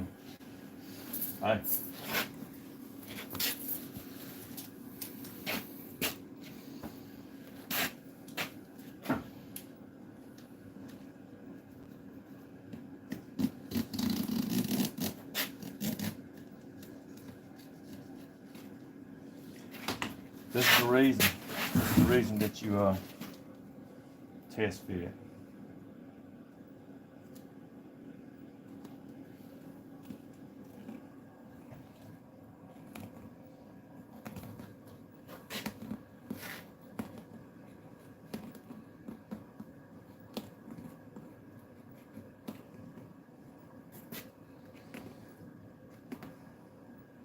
A duller knife works better on this, y'all, because it won't cut the material as easy, and it will cut the thread, but not the material.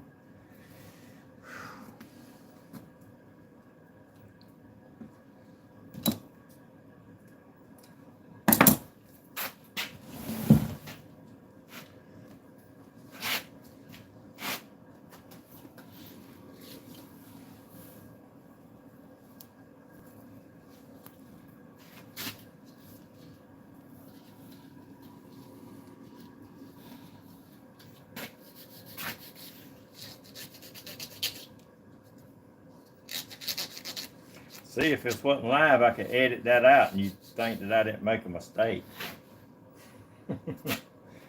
that would be that's the advantage right there, Wesley.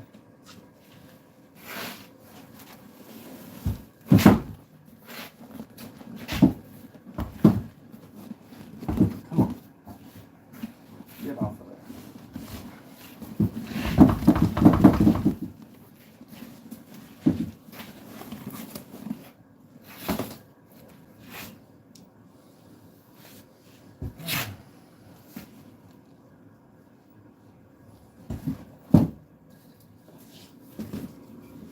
Okay, so this goes right here.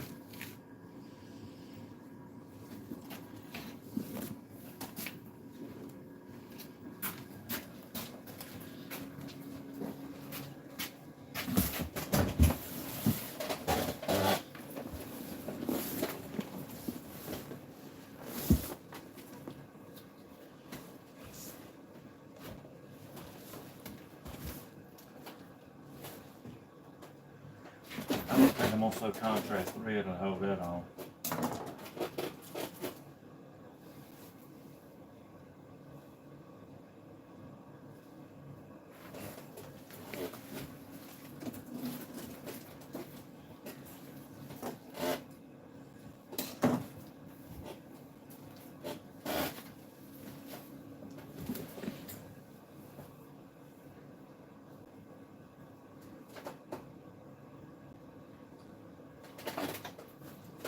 Alright, here we go.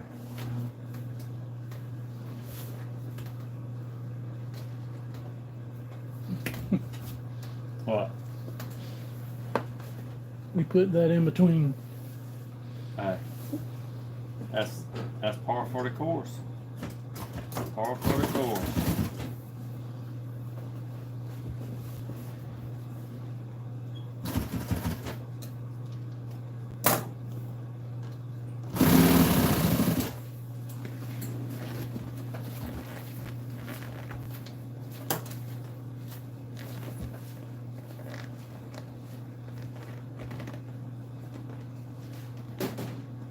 You're going to hand me them cutters, Wesley, to cut this stuff. These scissors just won't do it. That's a little bit too hard of a plastic right there. So it takes these scissors.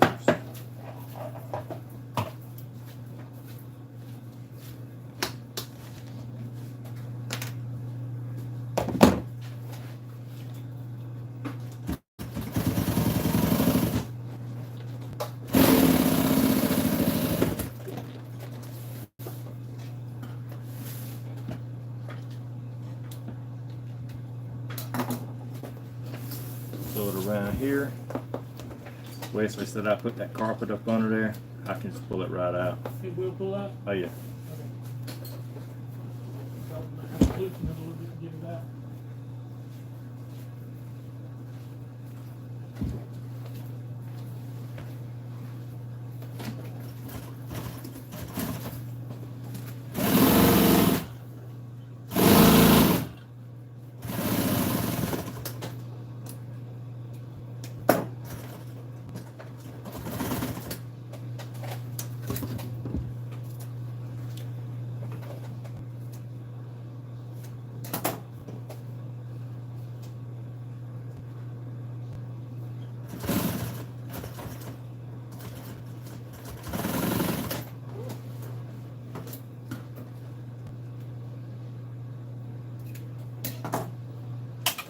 Alright, now we'll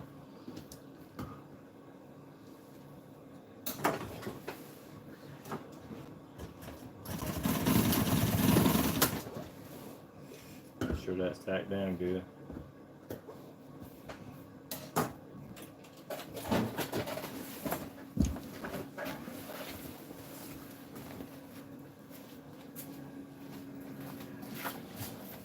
Once this is glued on, yeah, I mean that's the final. You know, that's the final thing is gluing it on. So everything needs to be. You need to make sure that everything's going to fit like it's supposed to before you glue it. Because once you glue it, that's it. So everything needs to fit just right before this cover right here is glued in place. Believe me, you don't want to glue it. You don't want to glue it and then say, hey, I need to go back and change that, because you can't. Well, you can. You can always go back and change it, but you can't always go back and make it just exactly right. So that's lining that up. This part right here, that's lining up. So now it looks like I might have to work some of this right here out as I go, but I mean it's pretty much ready to be glued on.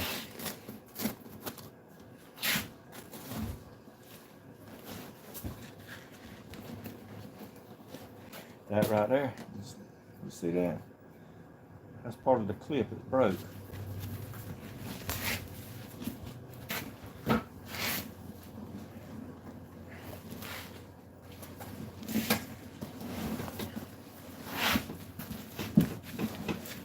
All right, so you take the cover, you turn it inside out.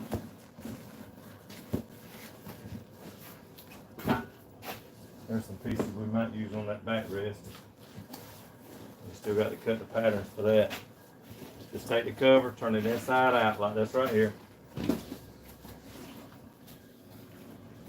I'm gonna push these back through.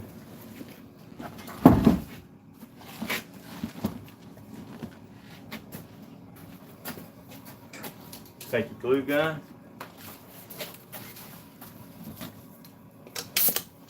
I'm gonna pinch these right here as I go.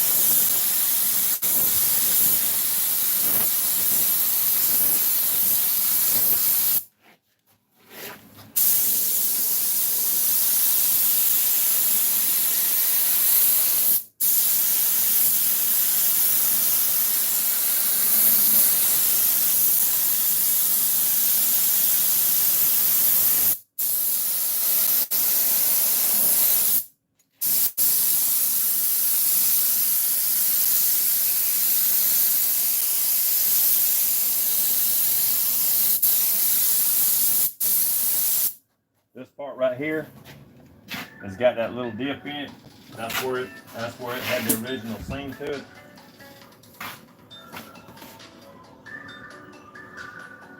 Florida. We closed. We're just doing a video.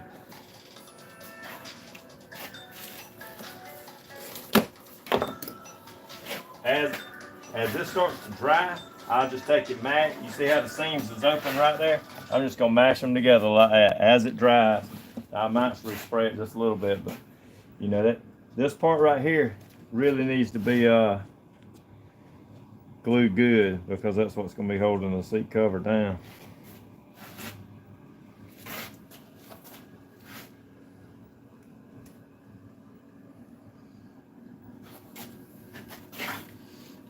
The air nozzle's down there if that's what you're looking for. Spraying some air on it like this, it does speed up the drying. It don't have to be hot air.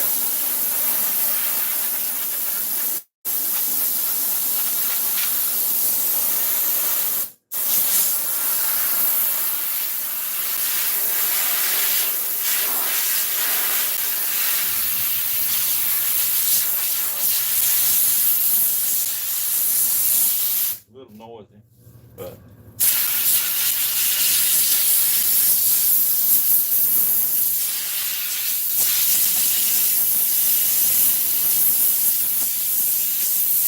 it does speed up the drying time a good bit. So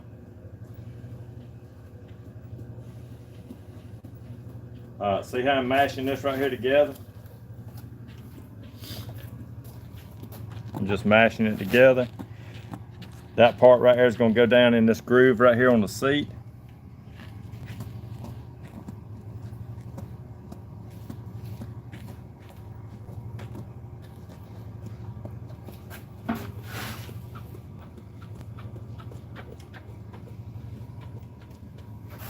Like I said, that part right there needs to be glued real good, because like I said, that's the part that goes down into the groove, and that's what. It ain't hog ringed, it ain't Velcroed, it ain't none of that stuff. So it's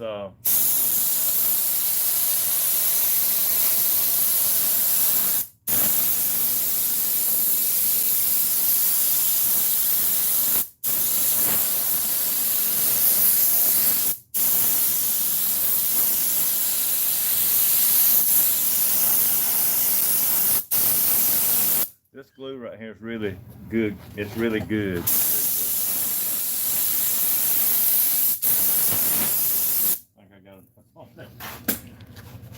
I think I got enough on that with it. This air just dries it so much faster.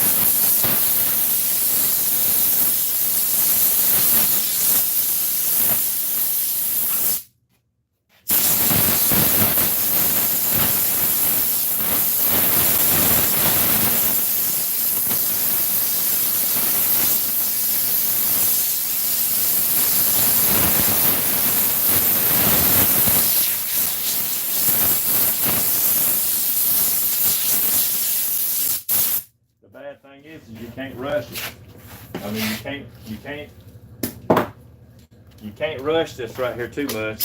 I mean, it's got to be.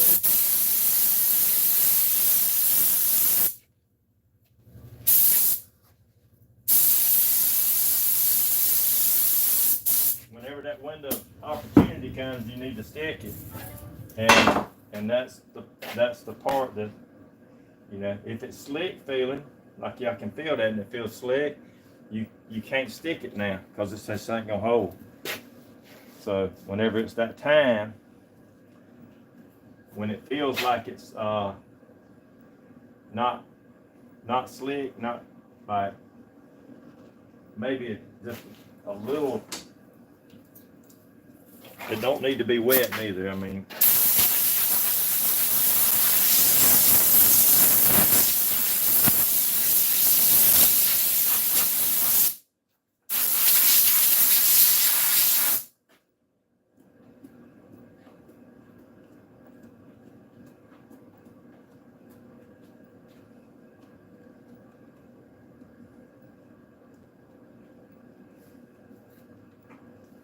it needs to be just a little tacky, just a little,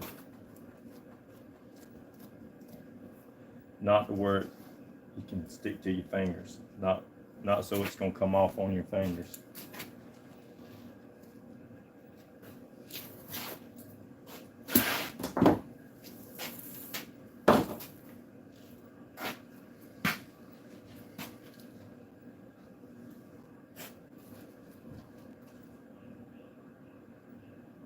Did you put that on the other one?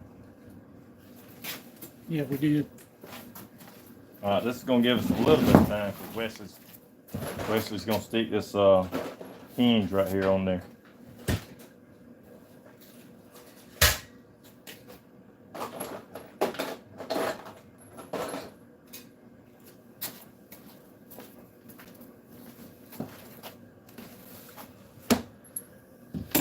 Looking for your wrenches. Yeah. Right here.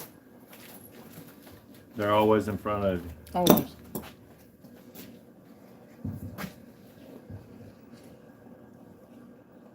Let's blow that out.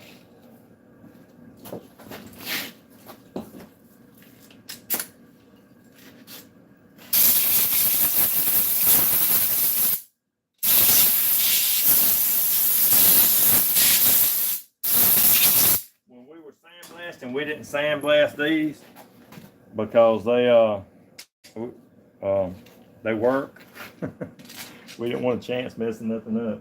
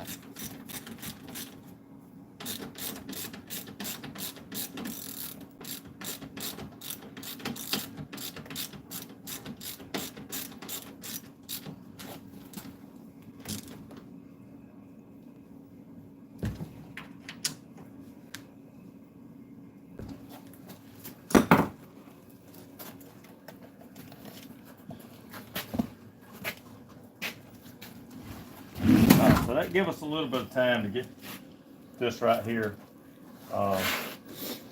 feeling like it's going.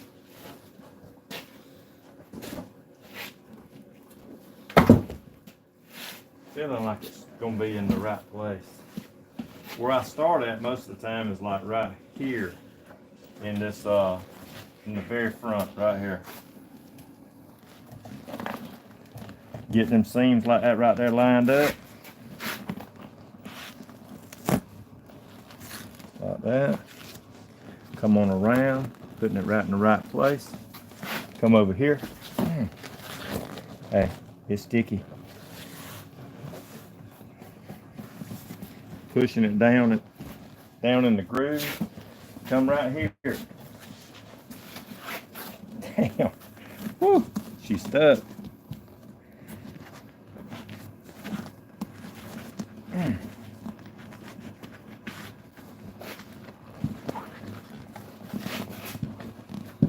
You got to look up under this cover right here and line all this stuff up in these grooves. Here, you want to put this in first? Right here? Yeah. Yeah.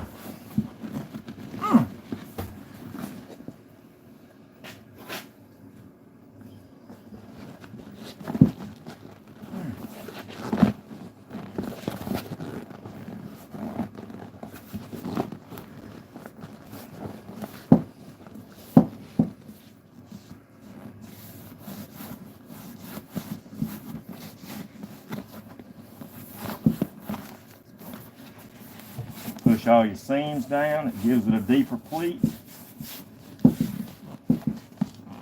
Right in here.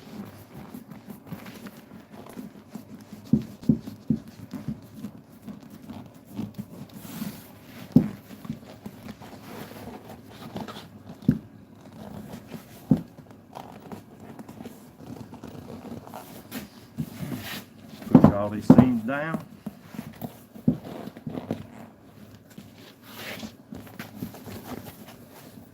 Where's my heat gun at, Wiz? I'll get it. Back yonder? Mm-hmm. So you push all the seams down like this. Push them down in the grooves.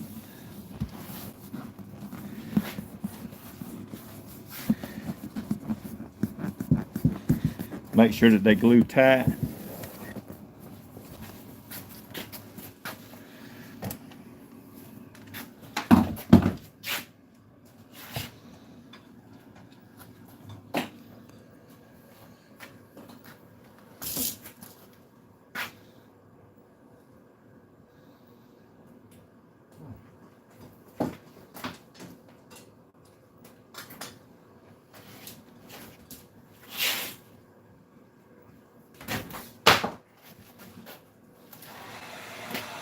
If you're skydiving, what do you need? A drop cord or some jumper cables? Water hose. Huh? Water hose. Yeah, It's on kink. it will. It'll catch something before it comes down. Just heating it up a little bit makes it a lot easier, a lot pliable, a lot more pliable. Helps me to stretch it on plate.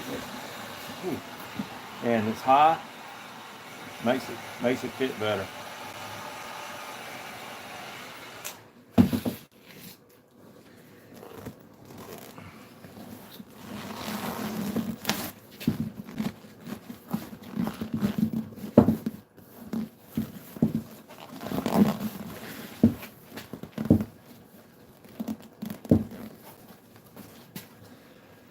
This right here, it's just a little long.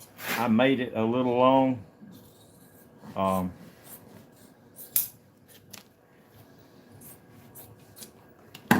It turns down, it goes down into the seat right here. Just like that. And borders that. It borders that edge right there. So, heat this side up.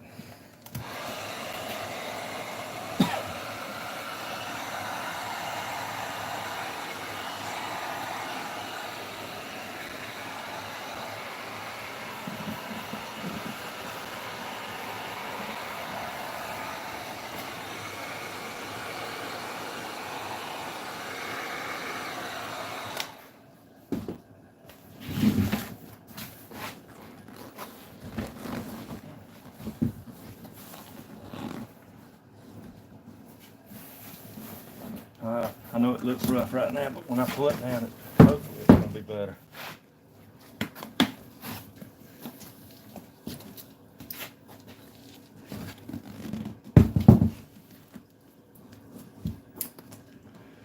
Wesley's cutting me some wire.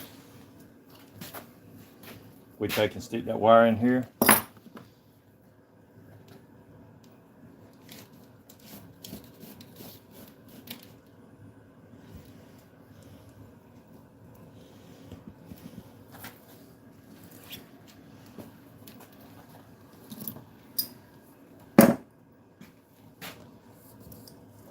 You got my pliers over there with? I'm going to start sticking this on.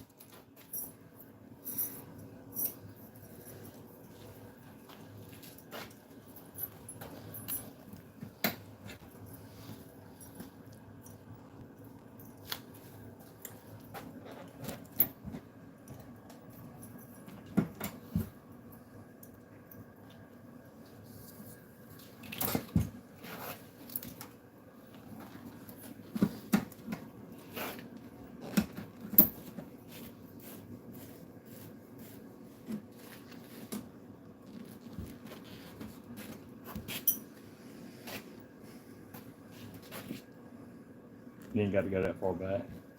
That's all right there.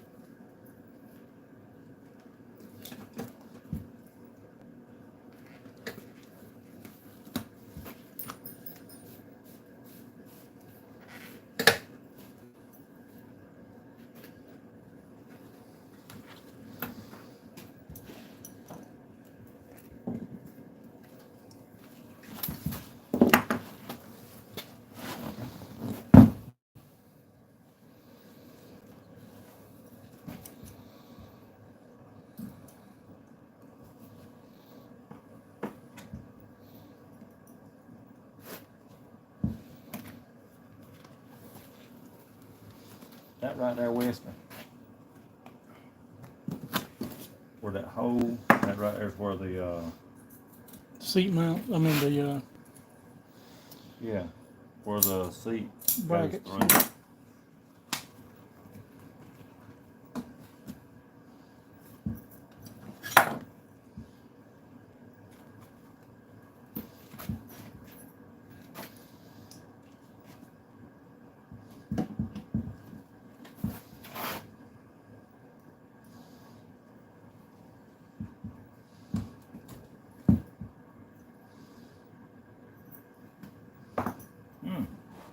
Come on, Weston.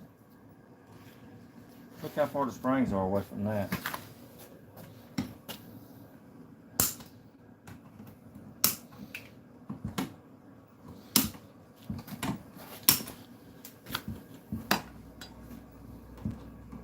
See what I'm talking about?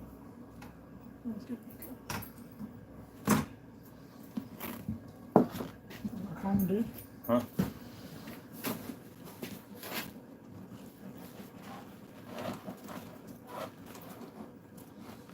That needs to be all the way. It just moved on us when we flipped it.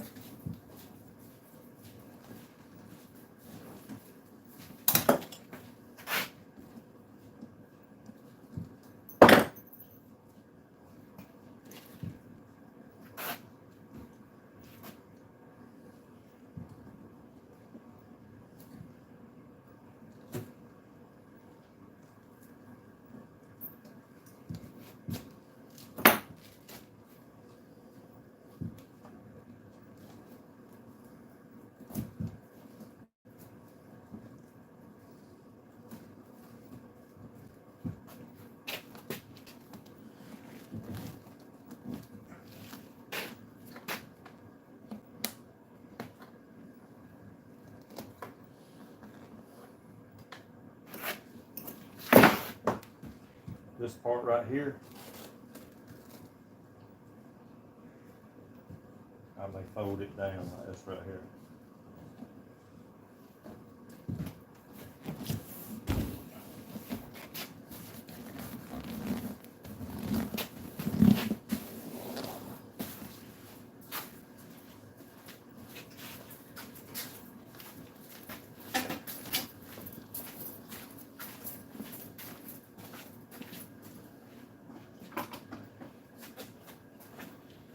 Wesley's got me a little bit of water.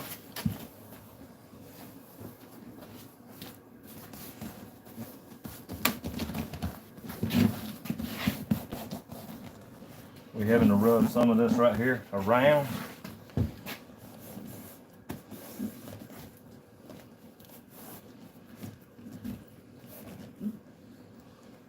We got a screw with. Give me one of the self tappers, but one of the sharp kind, that black kind. If it'll go through it.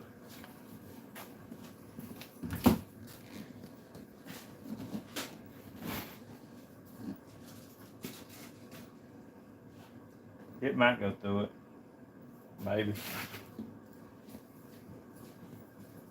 Get me two of them.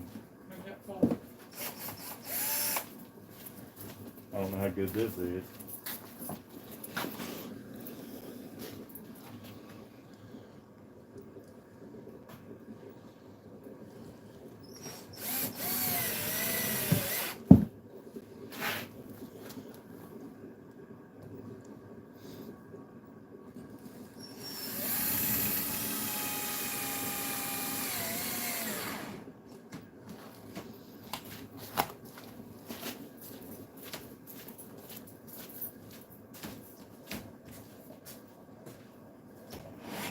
I got it.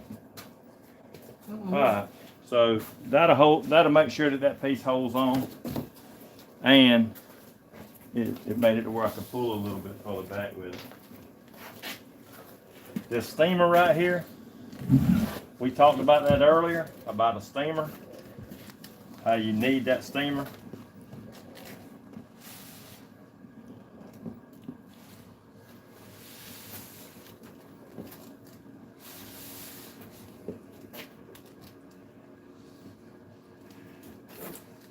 We fixed the foam on the top of it. I don't know how much we did to the, which I think it's got ain't it got a plug-in goes right through there, Wes? Yes, it does. For the lumbar. Somewhere in there. Yeah, a steamer can be your friend.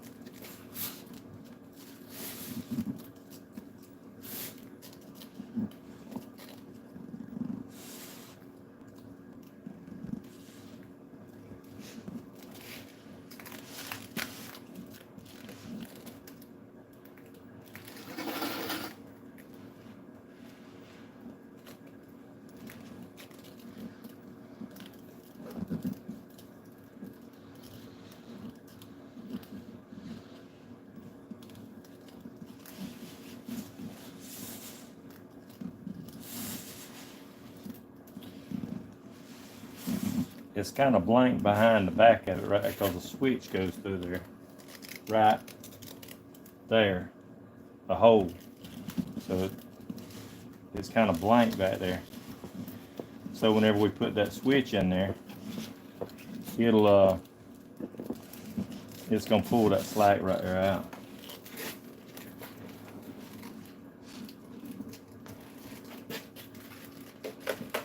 Let's go to the other side.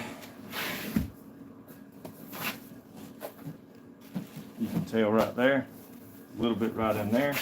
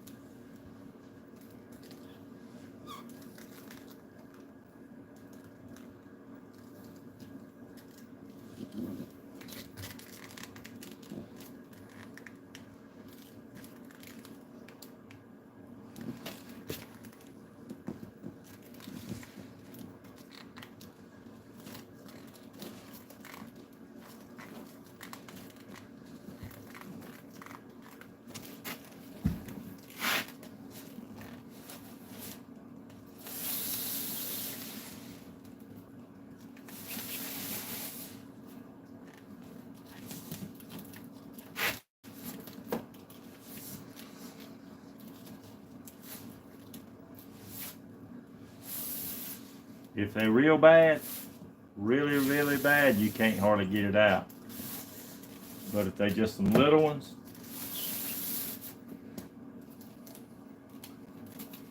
you can get it out.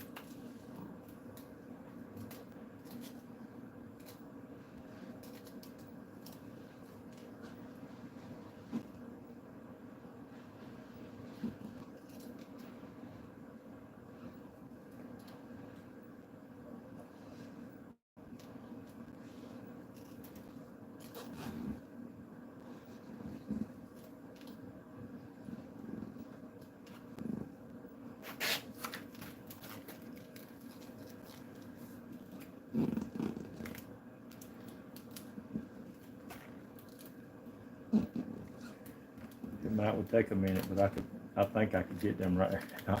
What you think, Wesley? Maybe? Maybe.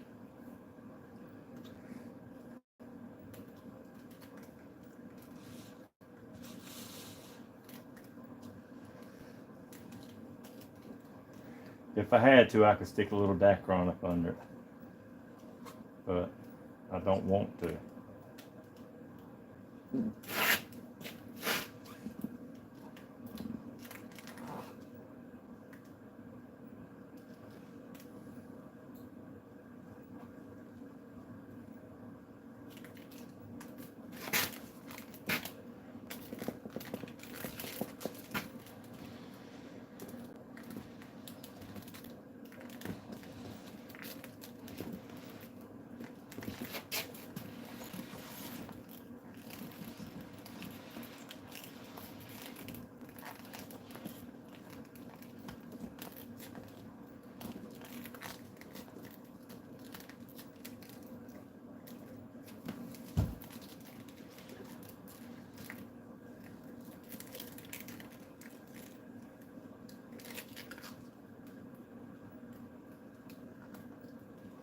I may have to let it dry and then hit it again.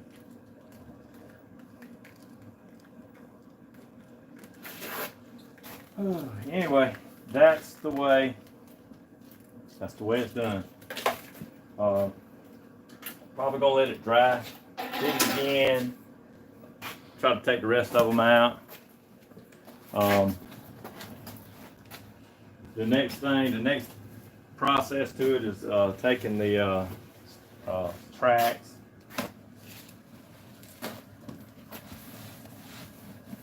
cleaning it up a little bit.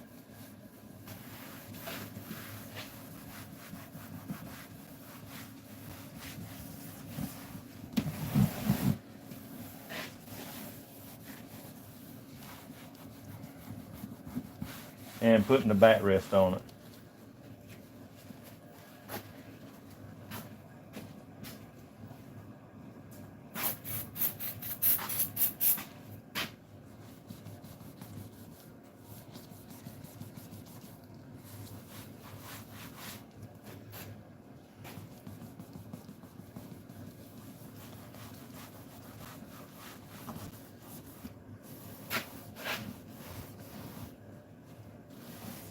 Don't you have a video of the 90s Chevrolet truck on your YouTube already where you took the cover off where it was glued down?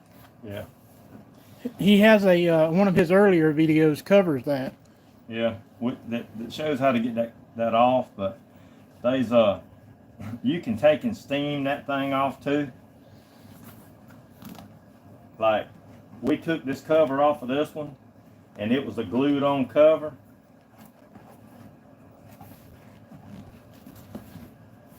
Did we hear any of that stuff left with?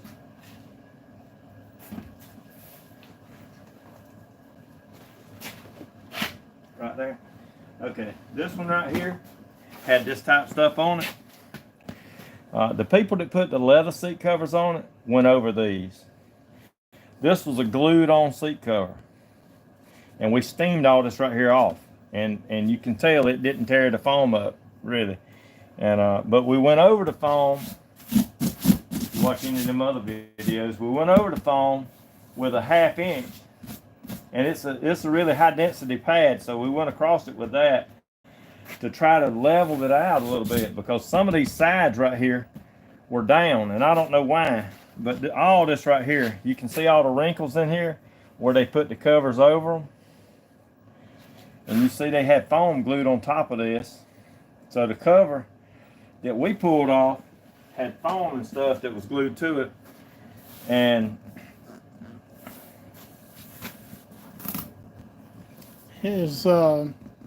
that was George that asked that question about the 90s. Like I say, there's an earlier video of that he did when he first started the YouTube page. Yeah. But he also, next question is, how would you clean the foam if it's too dirty? this foam. On the 90 model Chevrolet truck that he's referring to of doing one. Oh, how would you clean it? Yeah, You mean take the cover off of it? I assume. I would probably steam it off. You can use xylene and get it off, but I would probably recommend doing it outside.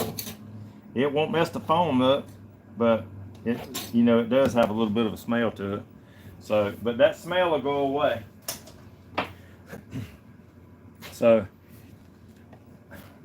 I would probably recommend just steaming it off. Steam it off on the top and be pulling it at the time. Pulling it at the same time. I think the video we did, we used xylene because we were outside. We was.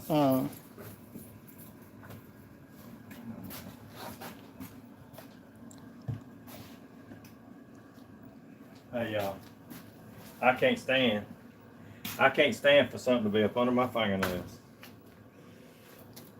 And I can't stand for somebody to fix me a barbecue sandwich with stuff up under their fingernails. That happened not too long ago. I didn't eat it, I threw it out. Man, he hit it. All kind of bacteria. Like, damn. Please don't, please go wash your hands. He didn't. He reached right over there without a glove on and fixed my food. I take that back. I didn't throw it out. I gave it to the dog because he'll eat stuff off the ground. But anyway, this is sort of like basically like the other one. We can get them and put them side by side, Wes. Let everybody see it does match.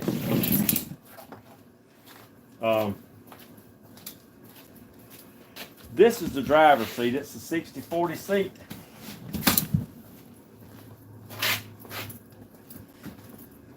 That clamp hits you in the wrong place to put you in the hospital.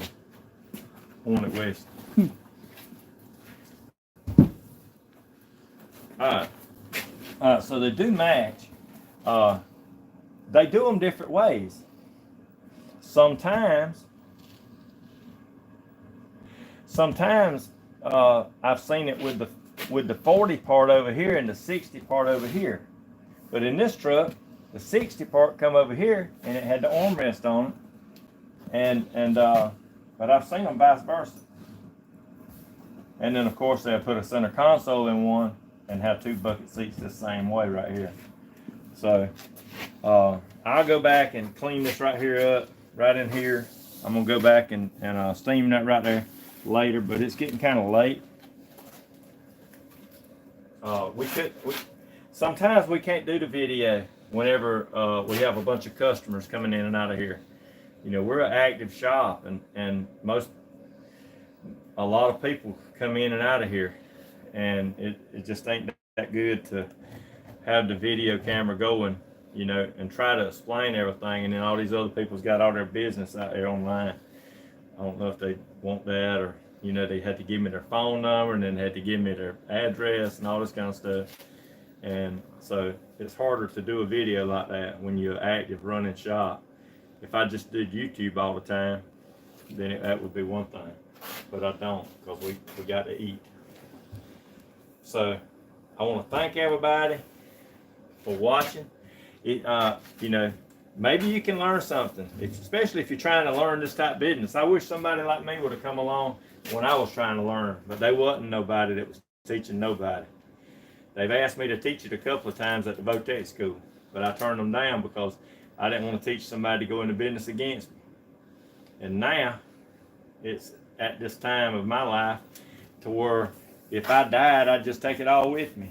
And I can actually show somebody some stuff. Maybe you can pick up some stuff or learn some stuff. I might not do it the way everybody else does it, but there's ways of learning if you can watch sometimes. We're going to try to get better at YouTube, but you know, right now I'm just not that great at it. We just try to do these lives, and but I do appreciate the people that's watching, and I get a lot of comments, you know, about different things, and I'm glad that they comment. That lets me know that they're watching. So until next time, we're going to be doing these backrests real soon. We really need to get paid. A seat like this right here, yeah, I kind of cut the guy a deal on it, so it's not going to hurt him too bad. But whenever we put it together, that's whenever we finally see what it's going to look like. It's not like it was just on that piece of paper. I drawed the seat out before we done it. So we'll go from there. We'll sew the rest of it up, put it on, probably do it tomorrow. And that way we can go on and get paid. Thanks to everybody for watching. Don't forget to like and subscribe. That's how the channel grows. And maybe you see some stuff. I know this is kind of an odd thing, what we do, but maybe you'll see some stuff that you can do and learn and do some stuff that you on your own car. So thanks, and until next time, see you later.